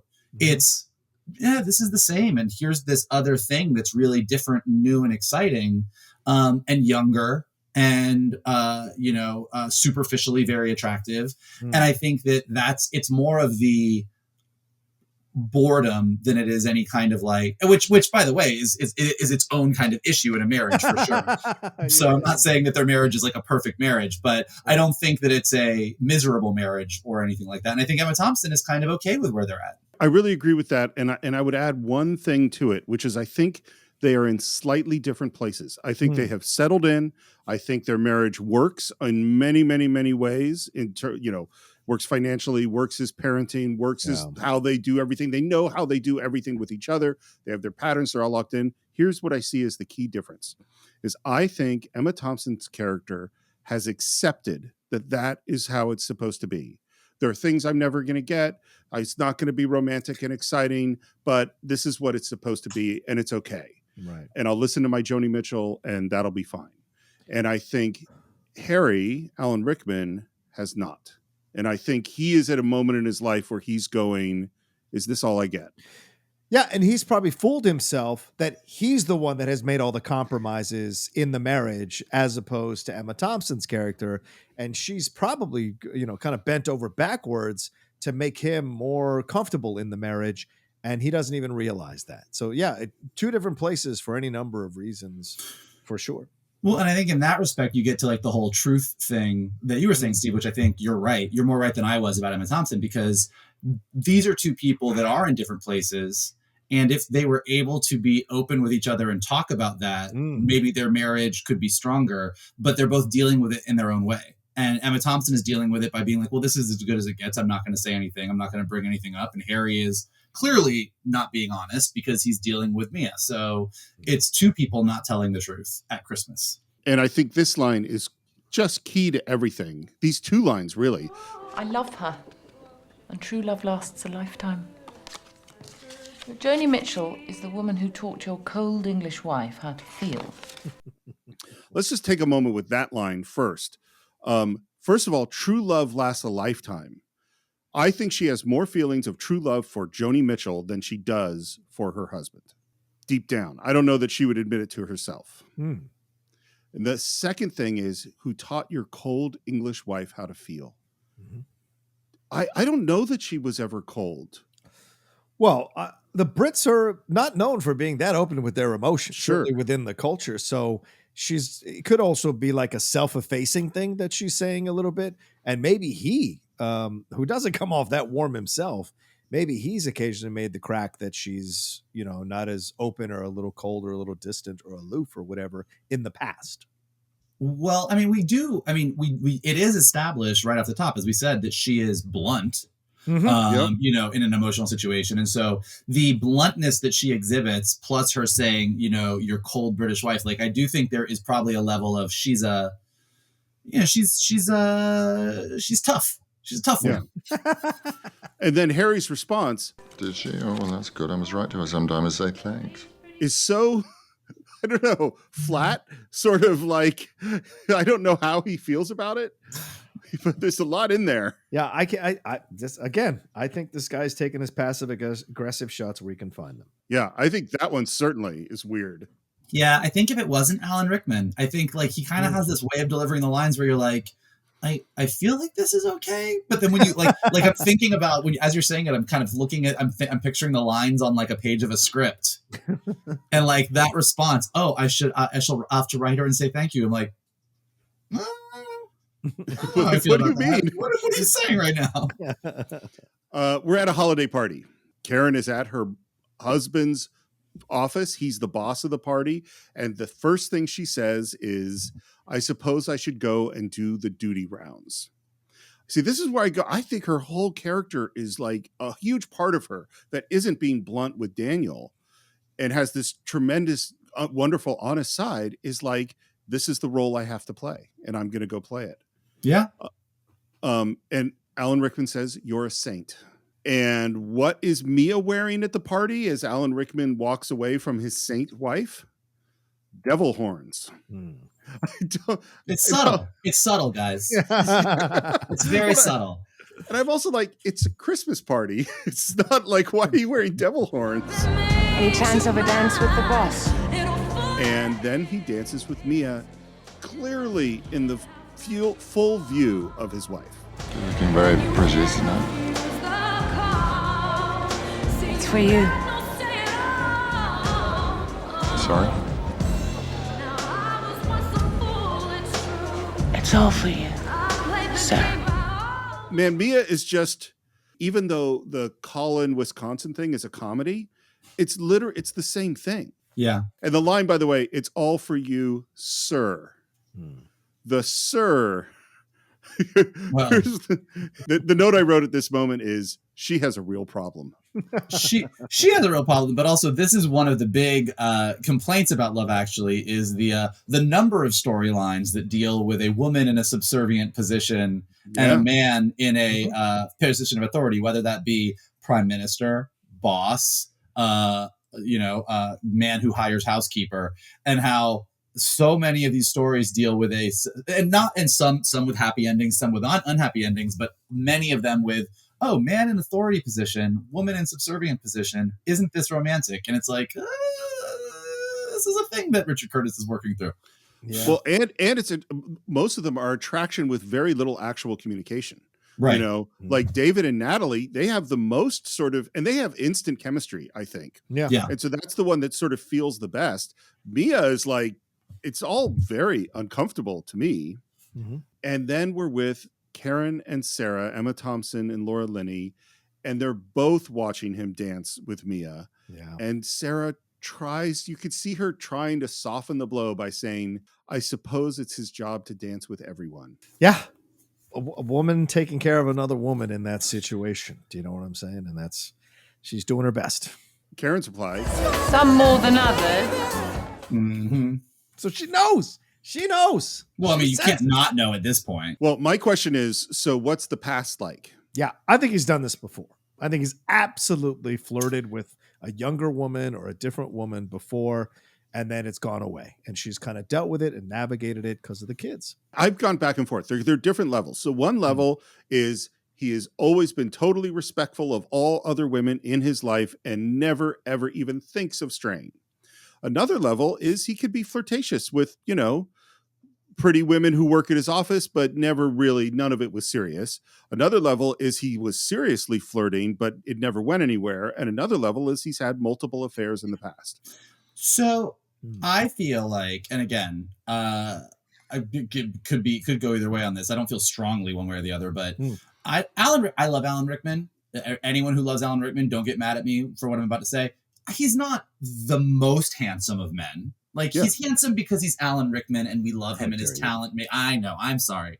But he's not, it's not like he's like this stud of a boss who Emma Thompson has to be worried because her super hot husband is getting hit on all the time. Like, I think what is happening here is, here's a guy who's been married and, he and his wife are both, older and settled and whatever. And all of a sudden, this super hot girl who is 1,000 times out of his league shows serious interest in him. And rather than me thinking that this is like a pattern of behavior that he's done 1,000 times and Emma Thompson has dealt with this, I kind of feel like this is like, he's as shocked as anybody, but that's what makes it so, that's what makes him like, well, this is my last shot. I'm going to do this thing. I'm going to go after this woman. Because if he did it all the time, that's a slightly different story. I think this is a guy, and I'm not sympathetic to him per se, but this is a guy struggling with how he's not happy in his marriage. And all of a sudden this thing happens that he thought he was way past the ability to ever get someone like this, which makes it all the more tempting for him to do it. I agree with that. And that's kind of my gut too, about what the situation is. We're back home. It's after the party. The first thing Emma Thompson says is, I feel fat. Which, by the way, she had to wear that. She's actually wearing a fat suit because Emma Thompson's quite skinny. I mean, not like a huge, Nutty Professor fat suit, but like she's a couple of extra layers. And then the next thing that Emma Thompson says, Mia's very pretty. Is she? Dude, you can't not like, we know that you saw it. You know she is, darling. Be careful there. That line has always struck me in that moment. Like I said, I wonder if this is something that has happened before. And her saying, be careful there, is because maybe she's had to navigate him falling in love with these younger women or unattainable women or whatever. And she's had to nurse him back to her, which is a very unsettling relationship to consider or ponder. But be careful there is an interesting warning from a woman who is married to him.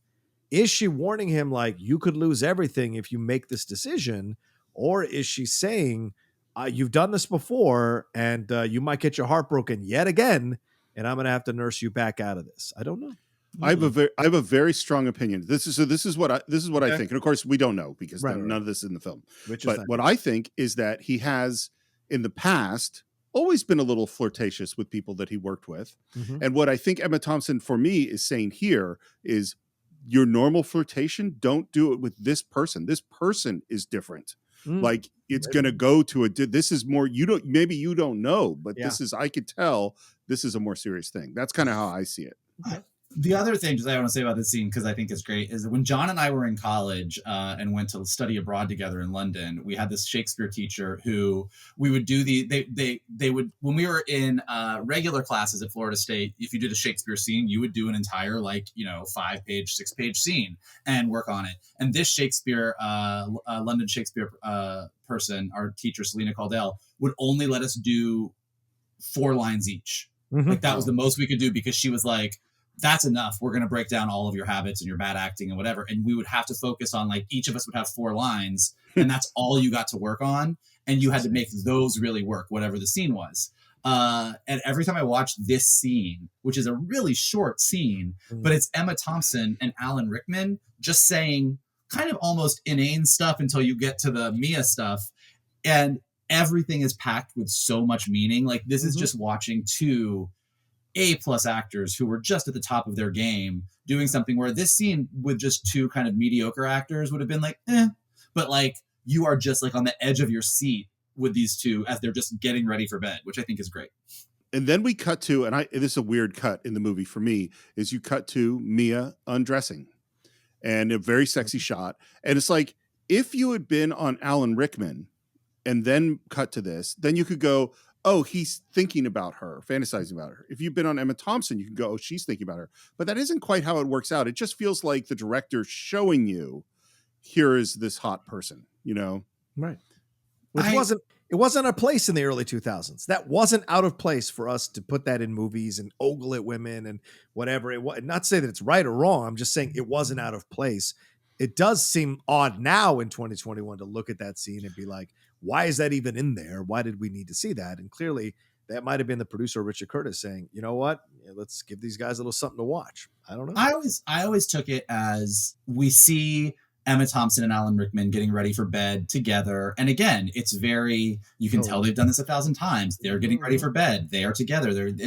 Their room is comfortable. Their bed looks really nice. And then you cut to Mia in this very weird room undressing, and she's alone, and it's kind of cold, and it's kind of like, doesn't look appealing. It doesn't look like an appealing place to be. And it's like Harry's living this fantasy of what he could have. But then when you see this contrast, you see this very like comfortable image of a marriage. And then you see this very cold, lonely thing that thing being the situation, not Mia, but you see this very cold moment in this cold room with this woman who doesn't really seem like there's a lot there. And that can connect to the line she had, Michael, as well, where she says, be careful there because there's danger there and even more shallowness or hollowness of a person there. That's a great point. We're back at the office. Christmas shopping, never an easy or a pleasant task. Are you going to get me something? I don't know, I hadn't thought. And he's outside the office and immediately calls back to his assistant on the phone. And this is, I would say, this is his first move. You know what I mean? Mm-hmm. Like she's been flirting with him and making advances on him. When you call back and the first thing you say is, so you're going to give me something? Well, now we're into a whole other level. I thought I made it clear last night. When it comes to me, you can have everything. Looking at these lines just isolated, it just seems to get worse and worse how shallow a character she is. Yeah. And then you have Alan Rickman delivering a line that only he can deliver it. So what do you need? Something in the stationary line? You short of staples? It's very Snape-ish. Yeah. He has just a wonderful delivery. And he hangs up the phone because there is Emma Thompson because he's going off to shop with his wife. Yeah. And we arrive at Selfridges, which is, obviously one of the most fanciest, biggest department stores in the world. And they can't shut this store down. So this is all shot in the middle of the night. And a lot of it, like when you get to the Rowan Atkinson stuff, it's like at 5 a.m. And basically, Emma Thompson says, right, well, listen, you keep yourself occupied for 10 minutes while I go and do the boring stuff for our mothers. And it's like, what's he doing here? She has taken so much of the responsibility, it seems, of family and parenting, and he is alone. He looks around, sees a jewelry case, sees a piece of jewelry, and there is Rowan Atkinson. And this scene is, what's so funny, it's so odd and so out of place. And because he is so damn good and Alan Rickman is so good at reacting, it is hilarious. Yeah, it's a weird, and again, like kind of to what we were talking about with the other storyline where like, is Rowan Atkinson supposed to be some sort of supernatural Christmas thing or is he just a dude? And like we said, I think originally he was supposed to be more. It does seem like if he were a Christmas spirit, he is basically trying to prevent Harry from going down a really bad road. But as it ends up playing, he's just the most annoying guy that works at a store of all time. And we see he says that he's going to buy this 270-pound necklace, which is an expensive necklace. I don't know what the exchange rate in 2003 was, but that seems like a lot of money. And this is the first thing I'm like, dude, your wife is in the store. Like, you're a moron. And then Rowan Atkinson asks, would you like it gift wrapped? Apparently, for Rowan to do this whole bit was 7 minutes long. That's how long it took him to do all this stuff. Look, could we be quite quick? Certainly, sir.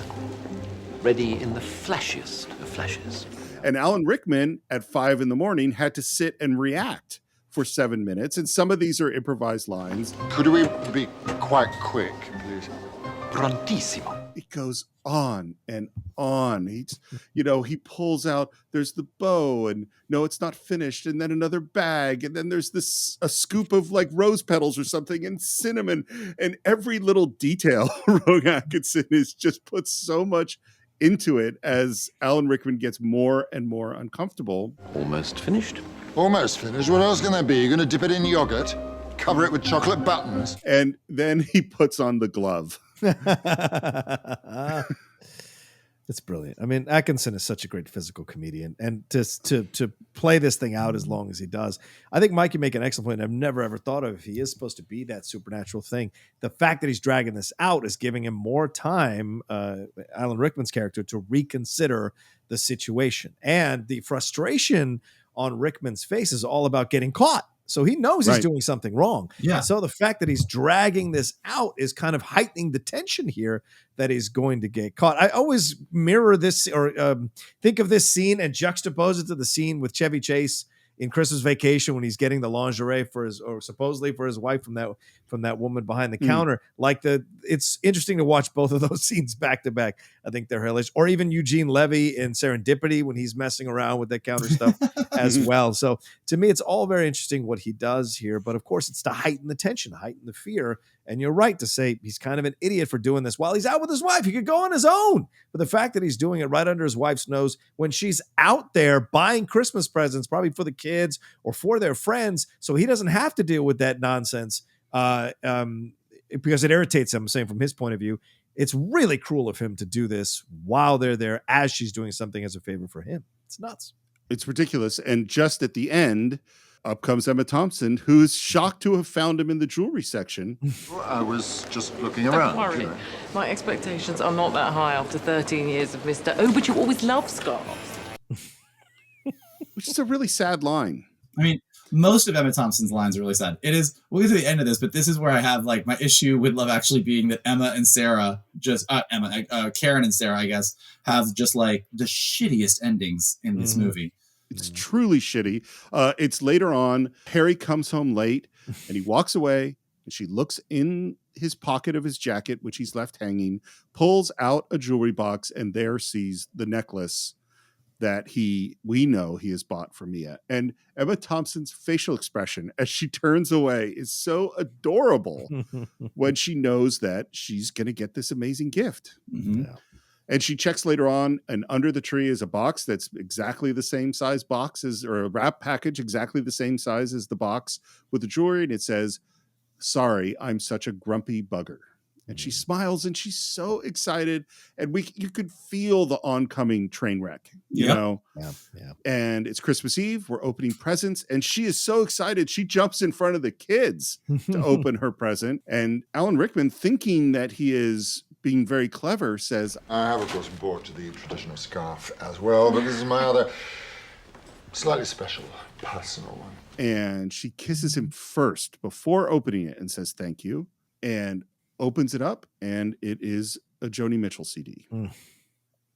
Which the tragedy of this is, in the absence of a Mia, in the absence of that entire storyline, this is actually this is a good gift. Like it is they had a moment, they talked about Joni Mitchell. She was like, "I love her so much." He was like, my wife loves Joni Mitchell. I got her a Joni Mitchell CD. Like it is actually a good gift. It's just not the other gift. And it's like it's like if he had just gotten her scarves or something, it would have been just super shitty. But it's that balance of like, you did sort of a good job as a husband in the absence of the fact that you're a super shitty husband.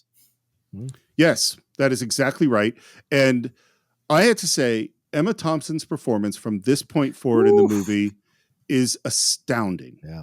I think it is nominated for an Oscar level of performance. I think she is so good in every little thing she does because it's so layered and so moving and so complicated, and you see her reaction. God, that's a surprise. And then she takes a moment and she says, Actually, do you mind if I just absent myself for a second? All that ice cream. Darling, could you just make sure the kids are ready to go? All right, no. I'll be back in a minute.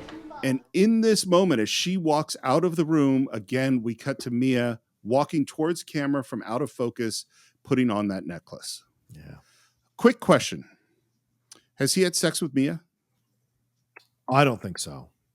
I don't think he has, but I mean, you could argue it either way. Like, when did he give her the necklace? Did he give her the necklace at work? Then no. Did he go to her house and give her the necklace? Probably. You know, and we don't know, and I don't know that we'll ever know. But my feeling in watching it is always that, and we don't know. And Emma Thompson sort of asks the question a little later on, like, I think that he gave the gift, and I think that that's the road he's going down and going towards having sex. But I choose to believe that he didn't have sex with her yet.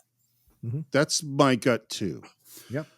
So Emma Thompson alone in her bedroom. The song is a Joni Mitchell song. It's Both Sides Now. It's a song that she re-recorded in 2000. It's a song from the 60s. Richard Curtis hearing the re-recording of Both Sides Now is the origin of this whole storyline. That is the inspiration for this story. Moons and Junes and Ferris wheels, the dizzy dancing way that you feel. She's standing there next to the bed. The lyrics are just right on point. But now it's just another show, and you leave them laughing when you go. And watching the layers of her figuring out or understanding what it means that there was a necklace in his jacket pocket, and he had been standing by the jewelry counter, and he had been dancing with his flirtatious, attractive assistant at the party, and she got the CD, and what that says about her husband, about her marriage, about her life, and she's reckoning with all of that. I really don't love it all. Which is a great counter to what she said earlier about Joni Mitchell believing that true love is forever. Here she is singing about true love or about love, and saying that she knows nothing about it at all after having experienced it multiple times. You know? Yeah, that's a really good point. And she pulls herself together, takes a deep breath. I love, by the way, the small detail. Sometimes acting is all in small details, that she straightens the bed before she leaves. Yeah. Because just, I don't know why, but that feels so real. That bed it's like her marriage. It's her home. Yep. And she's trying to control anything she can. Like, she's spiraling, everything's falling apart. And it's like, well, I can straighten this bed. Like that's the only thing I can do. It's like, or, you know, there's just like this, it's this weird, like, trying to make anything out of the mess that has happened or something. It's a great moment. And then she's at the doorway about to walk back in with her family. And you see her, what I call put on the face. She's putting on the face.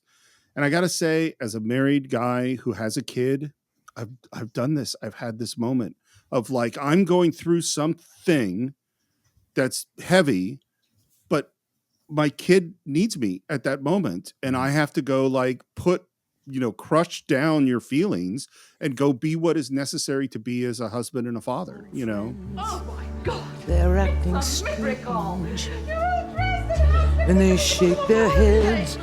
And they walk out in front, and you see the anger as she walks out behind them. Everything she does is spectacular, I think, in this sequence. Oh, yeah. She's at the Christmas concert, runs into her brother unexpectedly, gives him a huge hug. Never thought that she'd turn up, and she says, I have to tell you, I've never been gladder to see my stupid big brother.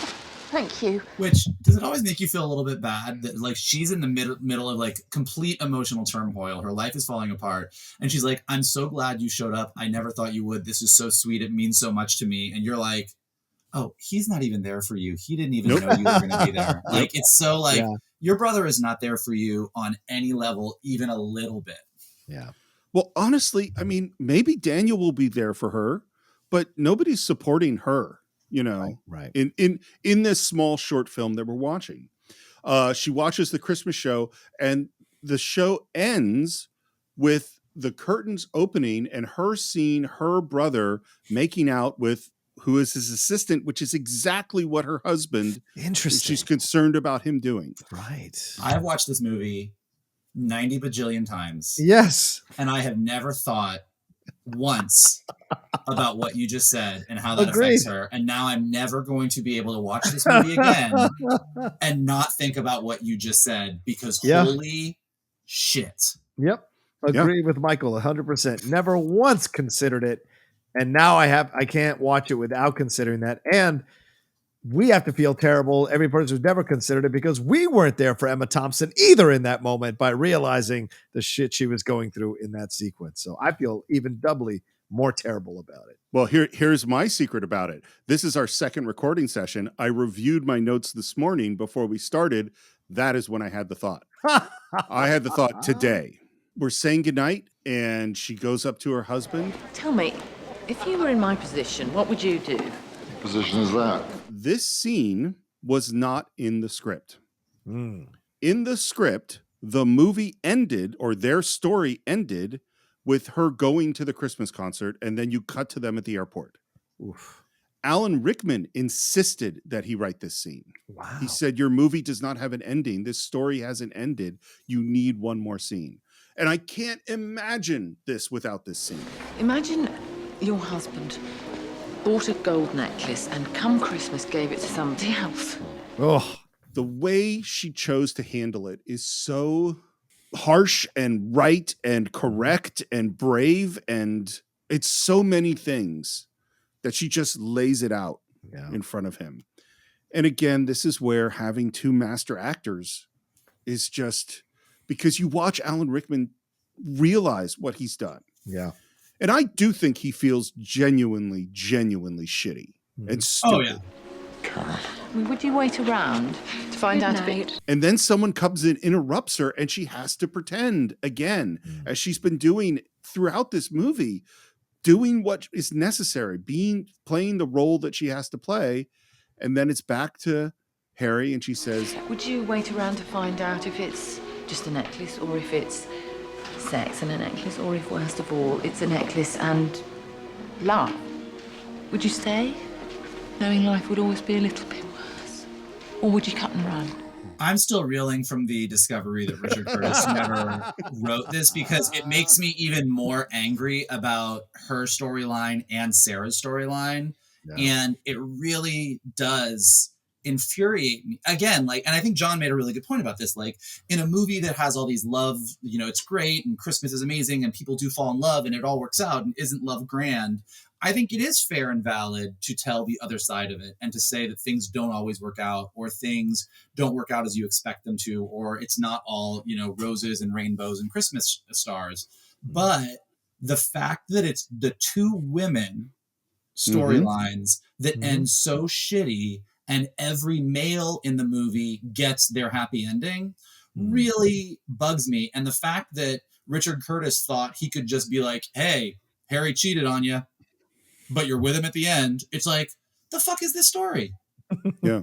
And I think that the line they give Harry is a really good one. I am so in the wrong. A classic fool. Which I don't think he had sex with her. No. And I think that he indulged himself in this, midlife fantasy, and now is seeing the consequences that it's wrought. And her response. Oh, go ahead, John. No, we're a terrible we're an idiotic gender. We're a phenomenally stupid gender. And we do dumb things like this all the time in vain pursuits of recapturing our testosterone levels when we were 20 years old. It is all of that. You can call it midlife crisis, but I think that's too small of a word or term to describe it all. Men do this. It's a terrible thing. We try to find this kind of vibrancy or relevancy in that. Even the greatest of us, you could argue Frank Sinatra was one of the greatest. And here he is trying to mess around with Mia Farrow because he's essentially trying to marry the younger audience so he can somehow stay relevant. So it happens, and it's horrible and it's terrible. And I love that they turn Alan Rickman, who's this great, masterful Shakespearean type actor, into a sad old clown as he's begging for forgiveness from his wife for having even remotely entertained this possibility and not appreciated all the lengths she's gone through to make him as happy as possible in that marriage. Well, and this is what that is all in her next line, which is, yes, but you've also made a fool out of me. You've made the life I lead foolish too. She has done all these things, played all these roles, gone to the stupid Christmas office party and talked to all the people she's talked to, made the paper mache lobster, I think she showed up at every fucking event, did every single thing she was required to do because she believed her marriage had meaning. Yeah. And now she feels like it doesn't. Yeah. And he made her feel that way. And you say, oh, well, you know, the women of, but I mean, and I'm not defending it, right? Because it's a legitimate claim. Certainly, Lindley hates that movie for that reason as well. This movie for that reason as well. But they do get the shots in. They do get nuclear bombs in at the men in certain situations, certain sequences. And this is a nuclear bomb if you're looking at it from an emotional point of view. The fact that she says, you're not just a clown for doing this. You've clowned me. You've essentially turned our life into a joke by doing this and insulted it at the deepest levels. And that's a devastating thing to hear if you have a remote affection or care or love for the person who's saying it to you. It's, this scene is great and everything she says is great. It's more, we'll get to the end and then I'll say how I feel. And then she does, right in this moment, right as she drops, as you say, the nuclear bomb, she has to turn around because her kids are coming out and says, darling, and put on the face. Yeah. Darlings, oh, you were wonderful, my little lobster. You were so... And watching Alan Rickman watch her is amazing. So it's a month later. We're at the airport. Alan Rickman shows up, probably from a business trip. The kids run up, ask if he has any presents, and there's a kiss on the cheek. How are you? It's always interesting when an actor has to say the same sentence twice. And pay attention to what Emma Thompson does with this. She says, I'm fine. I'm fine. And the second I'm fine says, our marriage will continue. That's what it says to me. Yeah. And there's such sadness and such hopelessness for me in this moment. And she says, good to have you back. Then they head home. And that is the end of this film. Well, and actually, to your point, but also the way that she said, she says, here we go, or whatever, let's go, or whatever. And then she says home. And the way that she says home is this sort of melancholic, like, home is no longer a warm place for her. It fucking feels like a prison. And this is why this has always bugged me. And again, knowing that other scene wasn't even there before makes it even worse. The John's nuclear bomb scene, because at least she got that. But with both of these stories, it's kind of like what we were talking about with the Sarah thing, which is being in love with this person, getting your shot with that person, and then the responsibilities of your life and this dream fantasy that you had not working out. There's a version of that story where that person still comes out either being happy with the responsibilities that she has with her brother, or making it work with the fantasy, or the fantasy guy wasn't good because he didn't understand, but there's this other guy who's been waiting in the wings who actually gets you. Like, there are versions of that story that do give the happy ending. And similarly here, I think telling a story where a marriage falls apart in a series of love stories is actually great, and I think really important. But I think, can she leave? Can she realize she could be happier? Can she realize she can there's so many versions. And again, just because everyone else gets such an idyllic ending, the fact that she and Laura Linney just get basically, your life sucks. Congratulations. And both of them suck because of familial responsibility. Yeah. Like, Laura Linney's life sucks because she has to take care of her brother and she's miserable.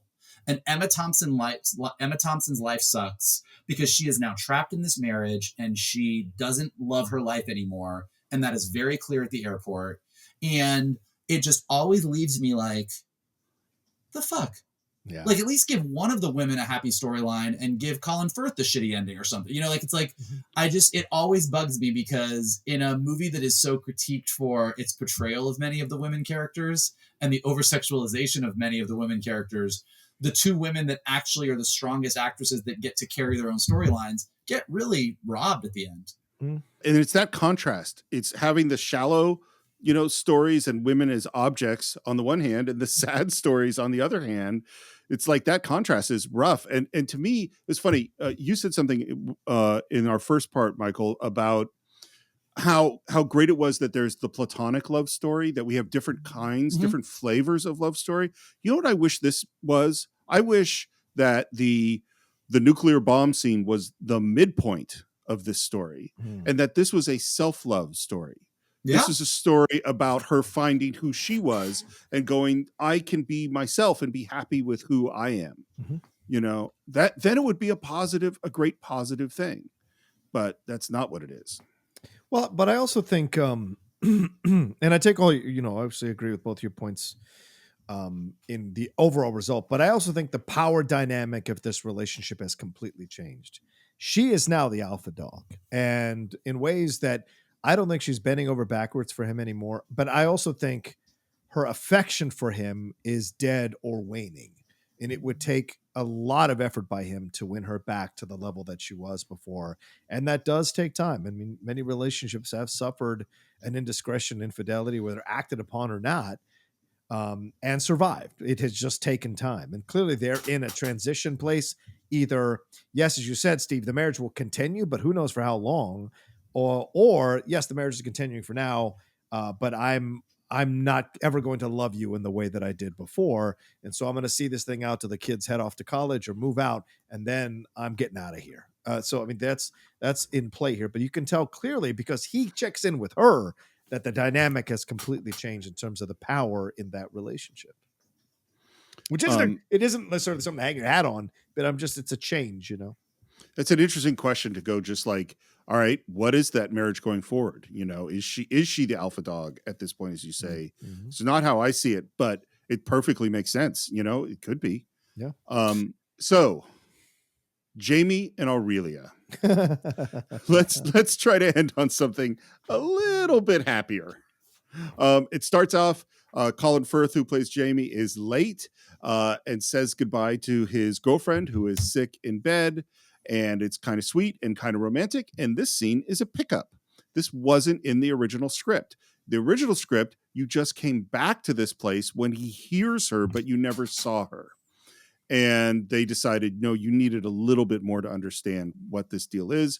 He goes to the wedding. He's heading home. He walks into his apartment and runs into this guy. Goes, what are you doing here? Oh, I just popped over to borrow some old CDs. The lady of the house let you in, did she? Yeah. And what we figure out, because he mentions their mother and that they're bad sons, is like, oh, this is the brother, and something weird and awkward seems to be going on. And then you hear Jamie's girlfriend's voice from the other room say, Hurry up, big boy! I'm naked and I want you at least twice before Jamie gets home. With the brother.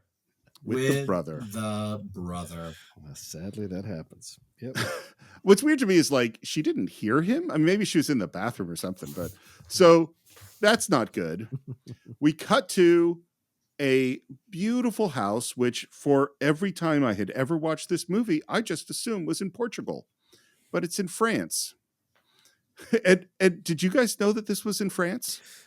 No. Oh, that he is in France and Aurelia is in France, and then at the end he goes to Portugal where she's from. Is that how it happens? I think so. Okay. No, because he says the airport is Marseille. I think that's what he said. Now I'm trying to remember. Richard Curtis. Okay. But I never knew it was in France. There's this moment where he tries to speak French to her, but like, why would I ever think it was in France when she speaks Portuguese? It made no sense to me.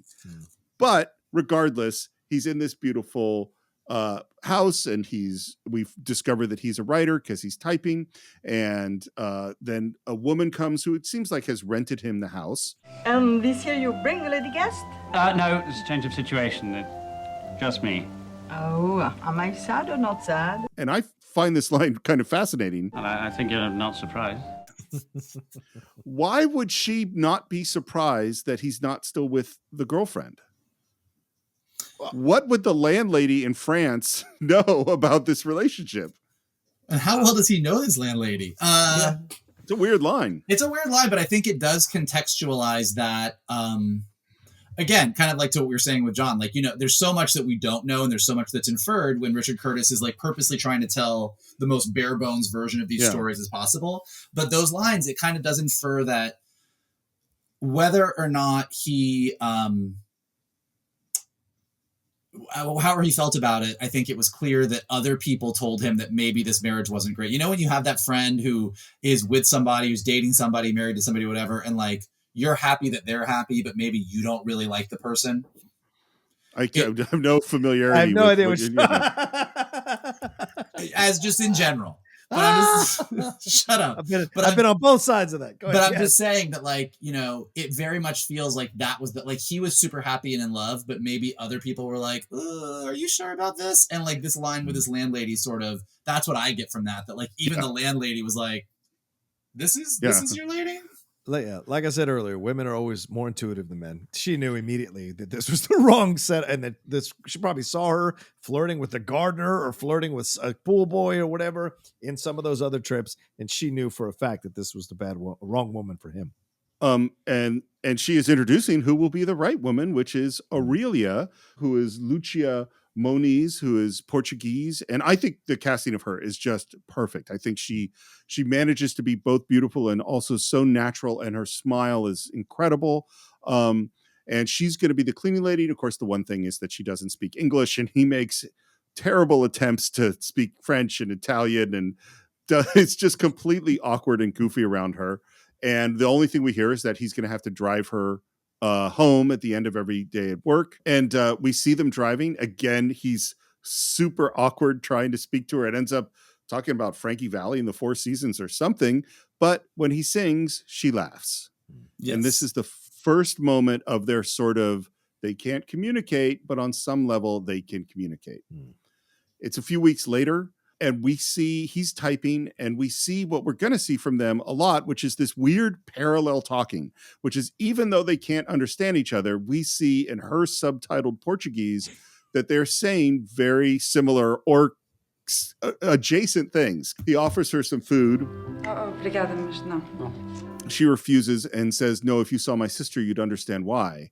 Fat joke. Se fosse assim, não comia tudo. É que está cada vez mais rechonchudo. And just don't go eating it all yourself. You get chubbier every day. I'm very lucky I've got one of those constitutions where I never put on weight.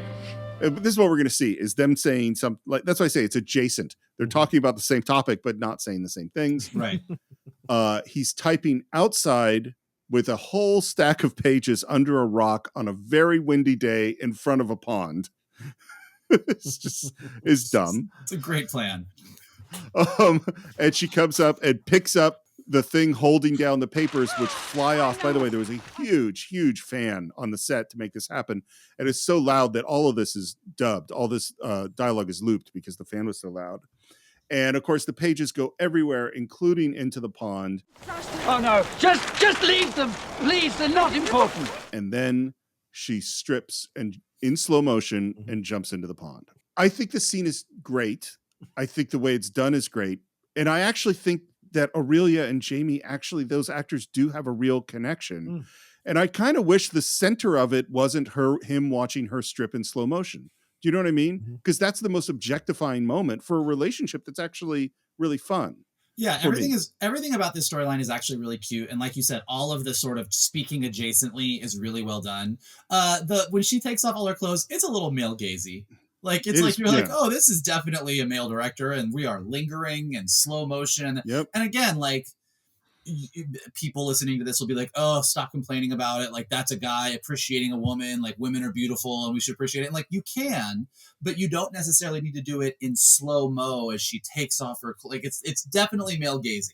Well, go ahead, John. Yeah, I hear it. Mike kind of took my point. I mean, this is how men see it, and sometimes in their heads they see it in slow motion. We're seeing it from Jamie's perspective, right? So, is that the character's name? Jamie. Yeah. We're seeing it from Jamie's perspective, and she, of course, she's not moving in slow motion, but he's seeing her in slow motion as she takes her, and he's like, but I think he's falling in love with her. There's a way to be male gazy and still be falling in love with the woman, because you can't ignore being attracted to someone physically as well as emotionally, mentally. And clearly they were having some kind of spark or chemistry. And now seeing her take her clothes off in this moment, in service of him, by the way, to get his manuscript, there's a little more working for him emotionally. But I understand the male gazy stuff. I see it a little more innocently, but I totally understand if that offends people. I don't think the male gaze is like well, it is kind of lascivious, I guess, but I don't think when you say, like, I don't think it's innocent or non-innocent. I think it's just, it's a thing and I think the reason it's an issue is, where's the slow-mo shot of Carl taking off his clothes? True. Very true. Like everything you said, totally valid. Guys look at a woman, they appreciate her beauty. This is the way Jamie is seeing it. That would all be great if there was an equal number of female gaze or queer gaze in films, but there's not. All we ever get in film is the slow-mo of the woman taking her clothes off. And look, Carl gets pretty naked, and me, circa 2000, was very, very excited about all of it. So great, yay for Carl's nakedness. But we don't linger on shots of Carl slowly unbuttoning his shirt and his pants coming down. And like, that dude's body is definitely worthy of a slow-mo shot, but we don't get that. And so I think the issue is, you make valid points, and you can definitely justify why you would want a guy to look at a girl and appreciate her beauty, and that's all fair. It's just that we almost never in film get the opposite, and that's why it's kind of an issue. You get Harvey Keitel's penis in the piano. That's what you get. And by the way, y'all can keep it. Y'all can keep it. Well, and to underscore your point real quick, sorry, Stephen, to underscore your point real quick, Mike, even when we get, what's Rodrigo Santoro's? Carl.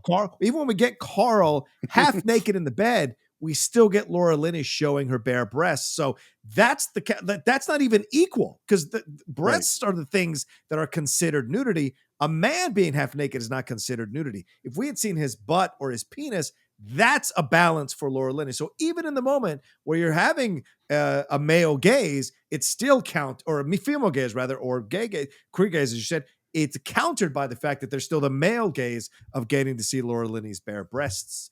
So it's imbalanced no matter when they do it. So it's actually a very, very good point, Mike. So several things. The first thing is I think we are getting a little bit of the opposite in Marvel movies, because there is a lot of muscular dudes that the camera is lingering on. That's definitely happening. Here's I believe that sexual attraction is a real thing. And to go like, we're not going to have people staring at each other's bodies, we're just going to take that out of movies, is kind of ridiculous, because that's part of life. What I think though is like, part of it is it's in the context of this film, which does so much objectifying. It has so many shallow elements. If this had just been in a deeper movie, I wouldn't have had a problem with it. And here's the bigger thing. Why ever take her clothes off? He didn't take his clothes off. Right. Because the story element is she was willing to jump into the pond to save his book. That's awesome. But we're focusing so much more on, man, she's got a great body. Right. And that's a different thing. I think it lessens the story. This is something I brought up in the last part. And it's a fair point you make, Steve, from an American point of view. But Europeans are always chastising us for being so crazy about the female and the male body. Oh, I'm sorry, Mike. I apologize. For those of you listening, Michael literally just stood up and walked away. Oh, brilliant! And I think that's a thing, an element to maybe throw in here, because she's Portuguese. Maybe for her, it's not a big deal to take the clothes, jump into the water, get it, because she doesn't go full naked. She goes just down to her pants. So to her, maybe it's not that big of a deal. And to a lot of European people, it's maybe not as a deal as it is for Americans to see this more from a puritanical point of view. So I don't know. I mean, I can make space for both, for sure. But they do both go in the water, which when they scouted the location, this pond was like 4 feet deep.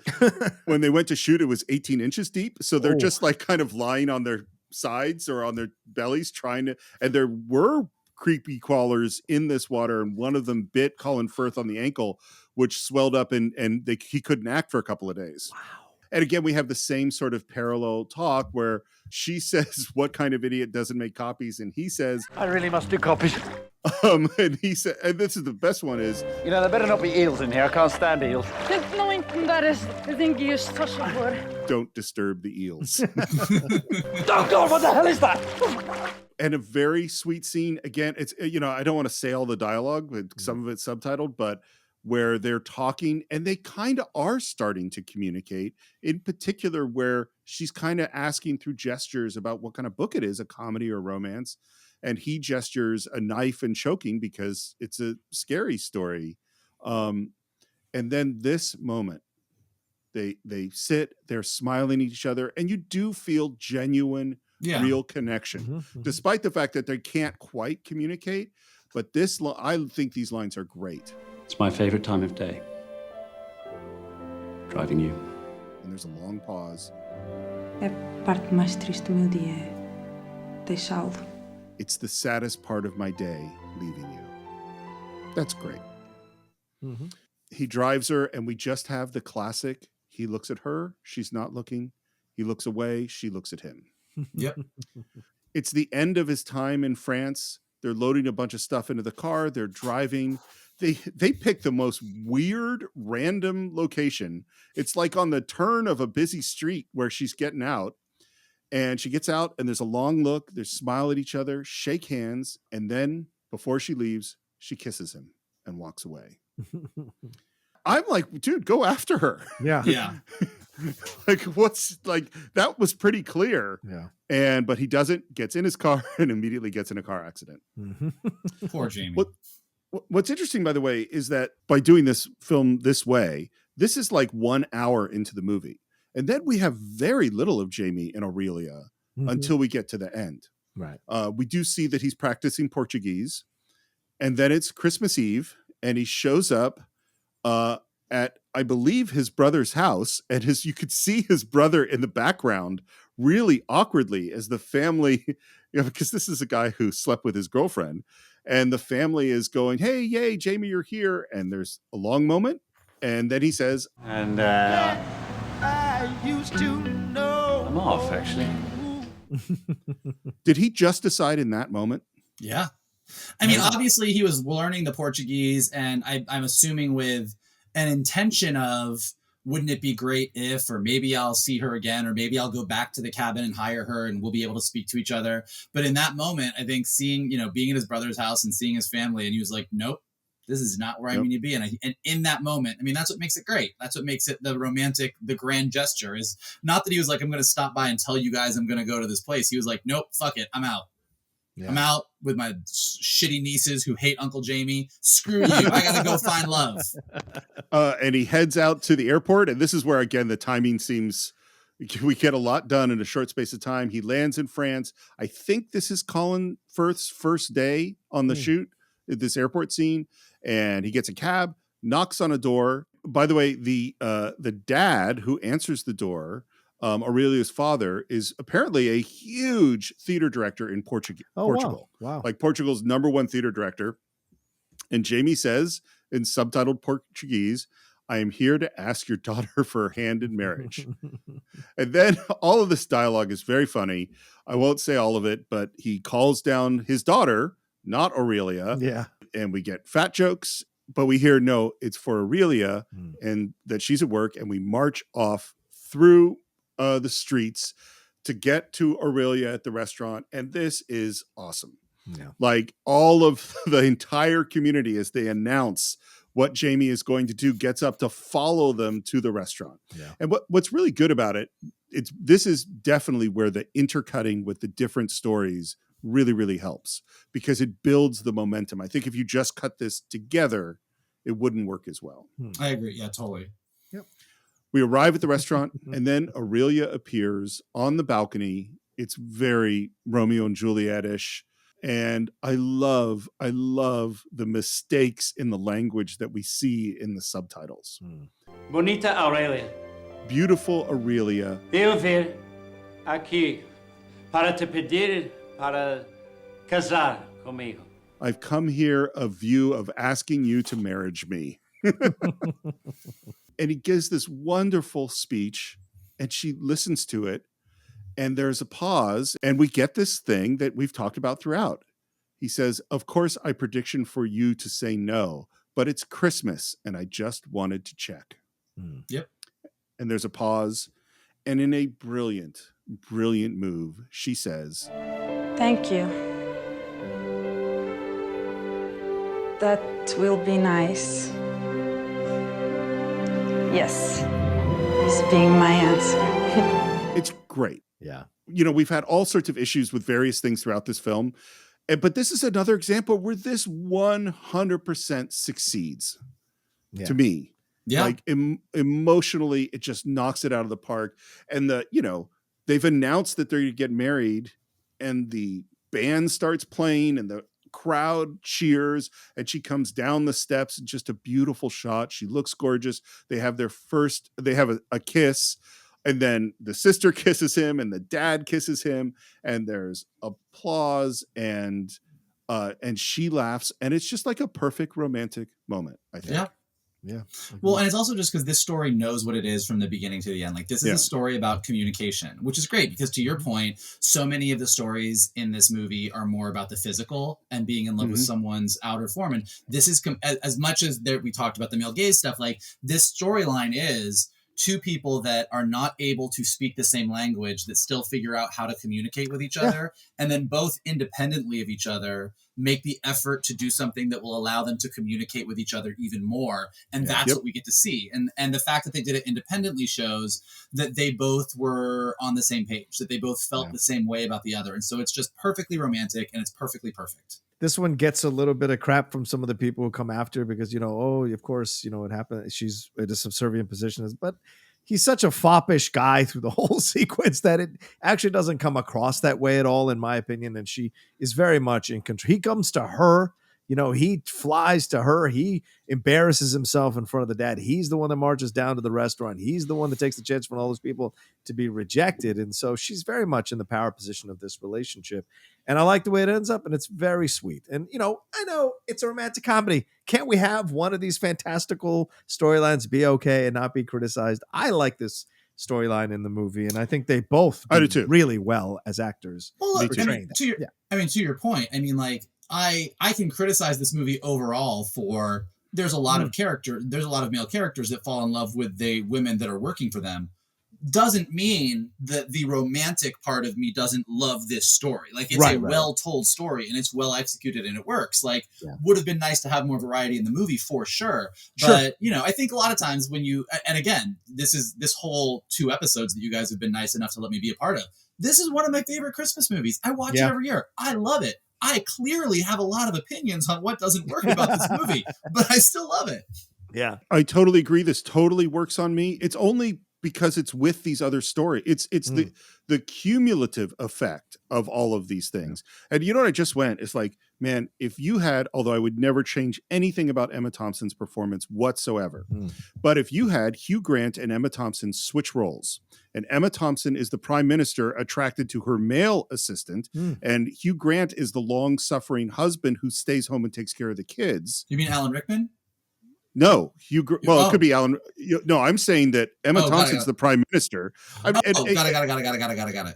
Yeah. Is that, or if you make actually Alan Rickman would be better as maybe we'll make Alan Rickman and Hugh Grant a couple, with Hugh Grant working at the office and Alan Rickman staying home with the kids. Girl, I am in.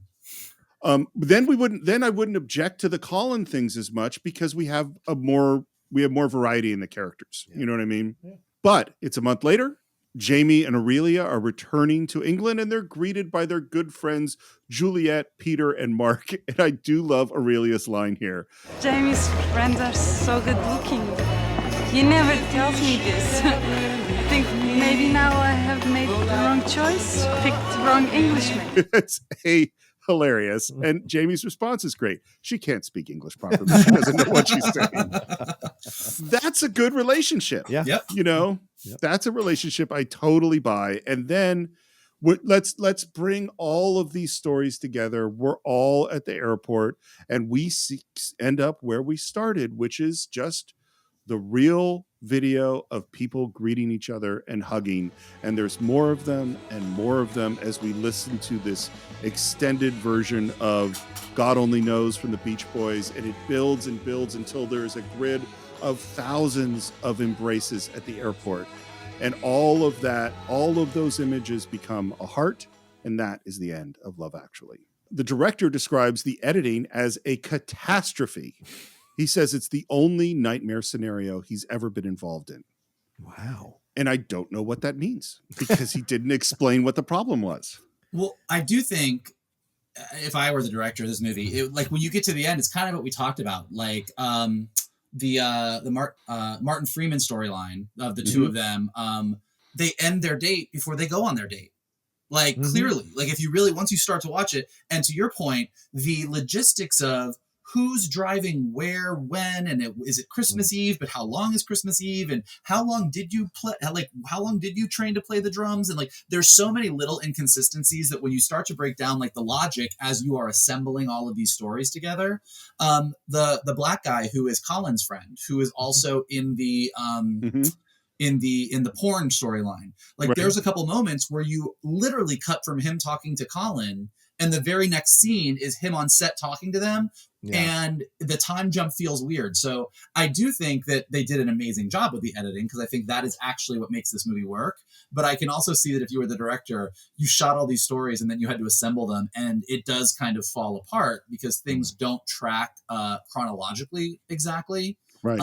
And you're really just like, the cumulative effect of all of these stories together kind of gets you through it. But by the 8th or 9th or 10th time you watch it, you're like, wait a minute.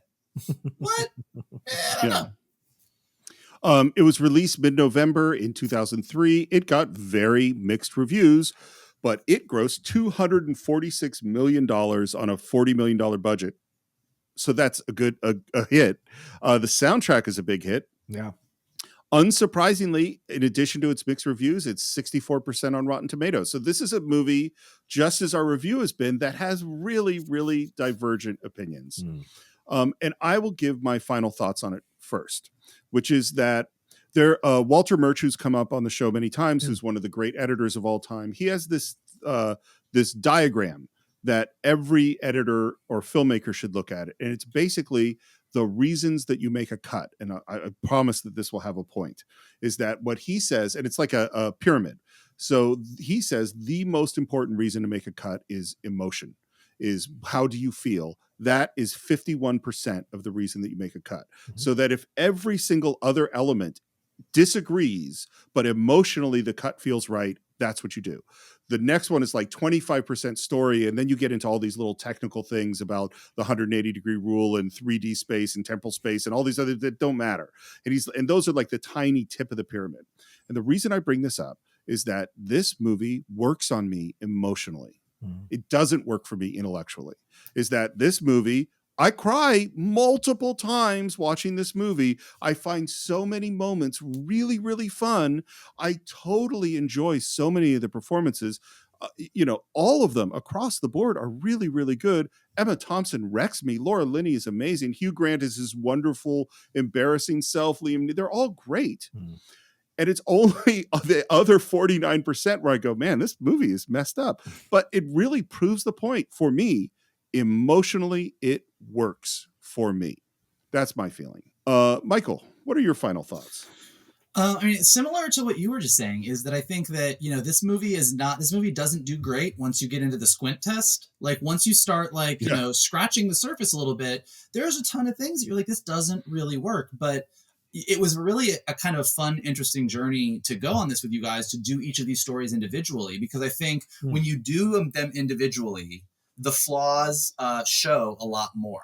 But I think when you watch this movie as a whole, and you're bouncing back and forth from one story to another, and every actor is at the top of their game, and you have these people that you love that just bring a natural charisma to these roles, you get entranced by it. And for me, even though the details I have plenty of issues with, and we've talked about them on these 2 episodes, the overall idea that love actually is all around, that if you tell the truth, you get the happy ending, and that everything's a little bit more magical at Christmas, I totally buy into all 3 of those things, and that's what this movie is. And the other part of it, to the cutting of it all, that Craig Armstrong score, that is not on the soundtrack. You can't. A couple of the tracks are, but the really banger tracks that they use in like every movie montage and movie trailer aren't on that. You have to find them, and fortunately, I have found most of those tracks. But that whole ending with Colin Firth going to see Aurelia, and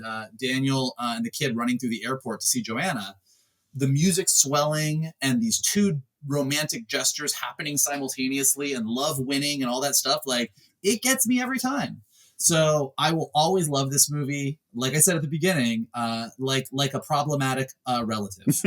I will freely admit that my relative is problematic and says things that they shouldn't say, and I wish that they were better than they are, but I still love them. John, how about you?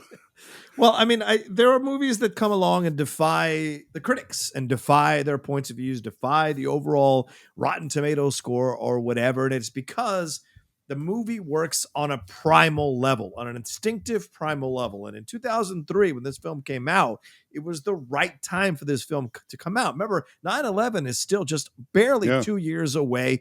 This idea of being in an airport, being in an airplane, in essence, I think every airline should get on their hands and knees and kiss Richard Curtis's feet for what he did, for bringing back the idea of seeing your friends, seeing your family, what airports really represented to a lot of people, which is connecting with each other, finding each other, receiving each other, whether they're immigrants coming to a new country or loved ones reuniting. It's there for that. And certainly that's throughout this whole film, this idea of these stories as well, showing you the multiple facets of love, the multiple angles of love. And yes, certainly a lot of it doesn't, or some of it doesn't hold up in 2021 for sure. But at the core, at its center, it's about love, ... actually. And that's what's important here. And that's what brings people back to enjoy the film. And the ones that don't like it have every right not to like it. But those of us who do love it, we love it because of what it says about love and what it shows us about love and the hope and the possibility of love mixed in with the realities and the brutal realities sometimes of love. And so I appreciate the film for that, and I appreciate what it does. And as an Anglophile, this is one that I absolutely love to revisit whenever I can, and certainly had a great time revisiting it with these 2 episodes with you guys. So that's what we think of Love Actually. Of course, we always want to hear what you think. You can visit us on our Facebook page. I'd love to hear which is your favorite storyline, and do you think that the whole thing delivers or not? And you could also follow us on Twitter at Cine_files, on Instagram at the Cine-files podcast. Please subscribe to the show. You could do it on iTunes or YouTube or Spotify. On iTunes, please leave your reviews. On Spotify, apparently you can now rate podcasts. So if you could, now you got a whole new place to give the Cine-files the top possible rating. If you want to buy or stream Love Actually along with every other film we've ever reviewed through Amazon Prime, you can do it at our website, Cine-files.net. You can support the show at patreon.com/the Cine-files. And you could follow me at SR Morris on Twitter, SR Morris1 on Instagram. And if you like Star Trek, Enterprise Incidents. John, how would people find you? You can always find me at The Roca Says on Twitter and on Instagram. I'm also hanging out on Twitch there, The Outlaw Nation, all one word. And head on over to my YouTube channel, where both of these gentlemen have been a guest and co-host a show with me on that YouTube channel, youtube.com/John Roca Says, to enjoy all the stuff I'm doing there. And don't forget my other podcasts, The Top 10 and The Geek Buddies. Well, speaking of the Geek Buddies, Michael Vogel, thank you again so much for coming on the show. Yeah. I couldn't imagine talking about this movie without you. Well, I appreciate it. Thank you very much. It was truly lovely to talk Love Actually with you. And if people wanted to find you, how would they do that? Go to any alley, ditch, Whoa! shadowy corner. No, you can follow me on Instagram and Twitter at MKTOON, MKToon. You can always find me once a week over on the Outlaw Nation page with my boy John Roca and our boy Shannon McClung doing all the geek news on Geek Buddies, including all our spoiler reviews. And if you want to hop over to YouTube and just watch Strawberry Shortcake Berry in the Big City, you can watch my show, which is currently out on YouTube, that I am show running. So check that out too. I think between us, we could probably provide just about everybody's entire entertainment needs. So that is it for this week. Happy holidays, everyone. Happy New Year. And we will see you next time for a brand new film on the Cine-files.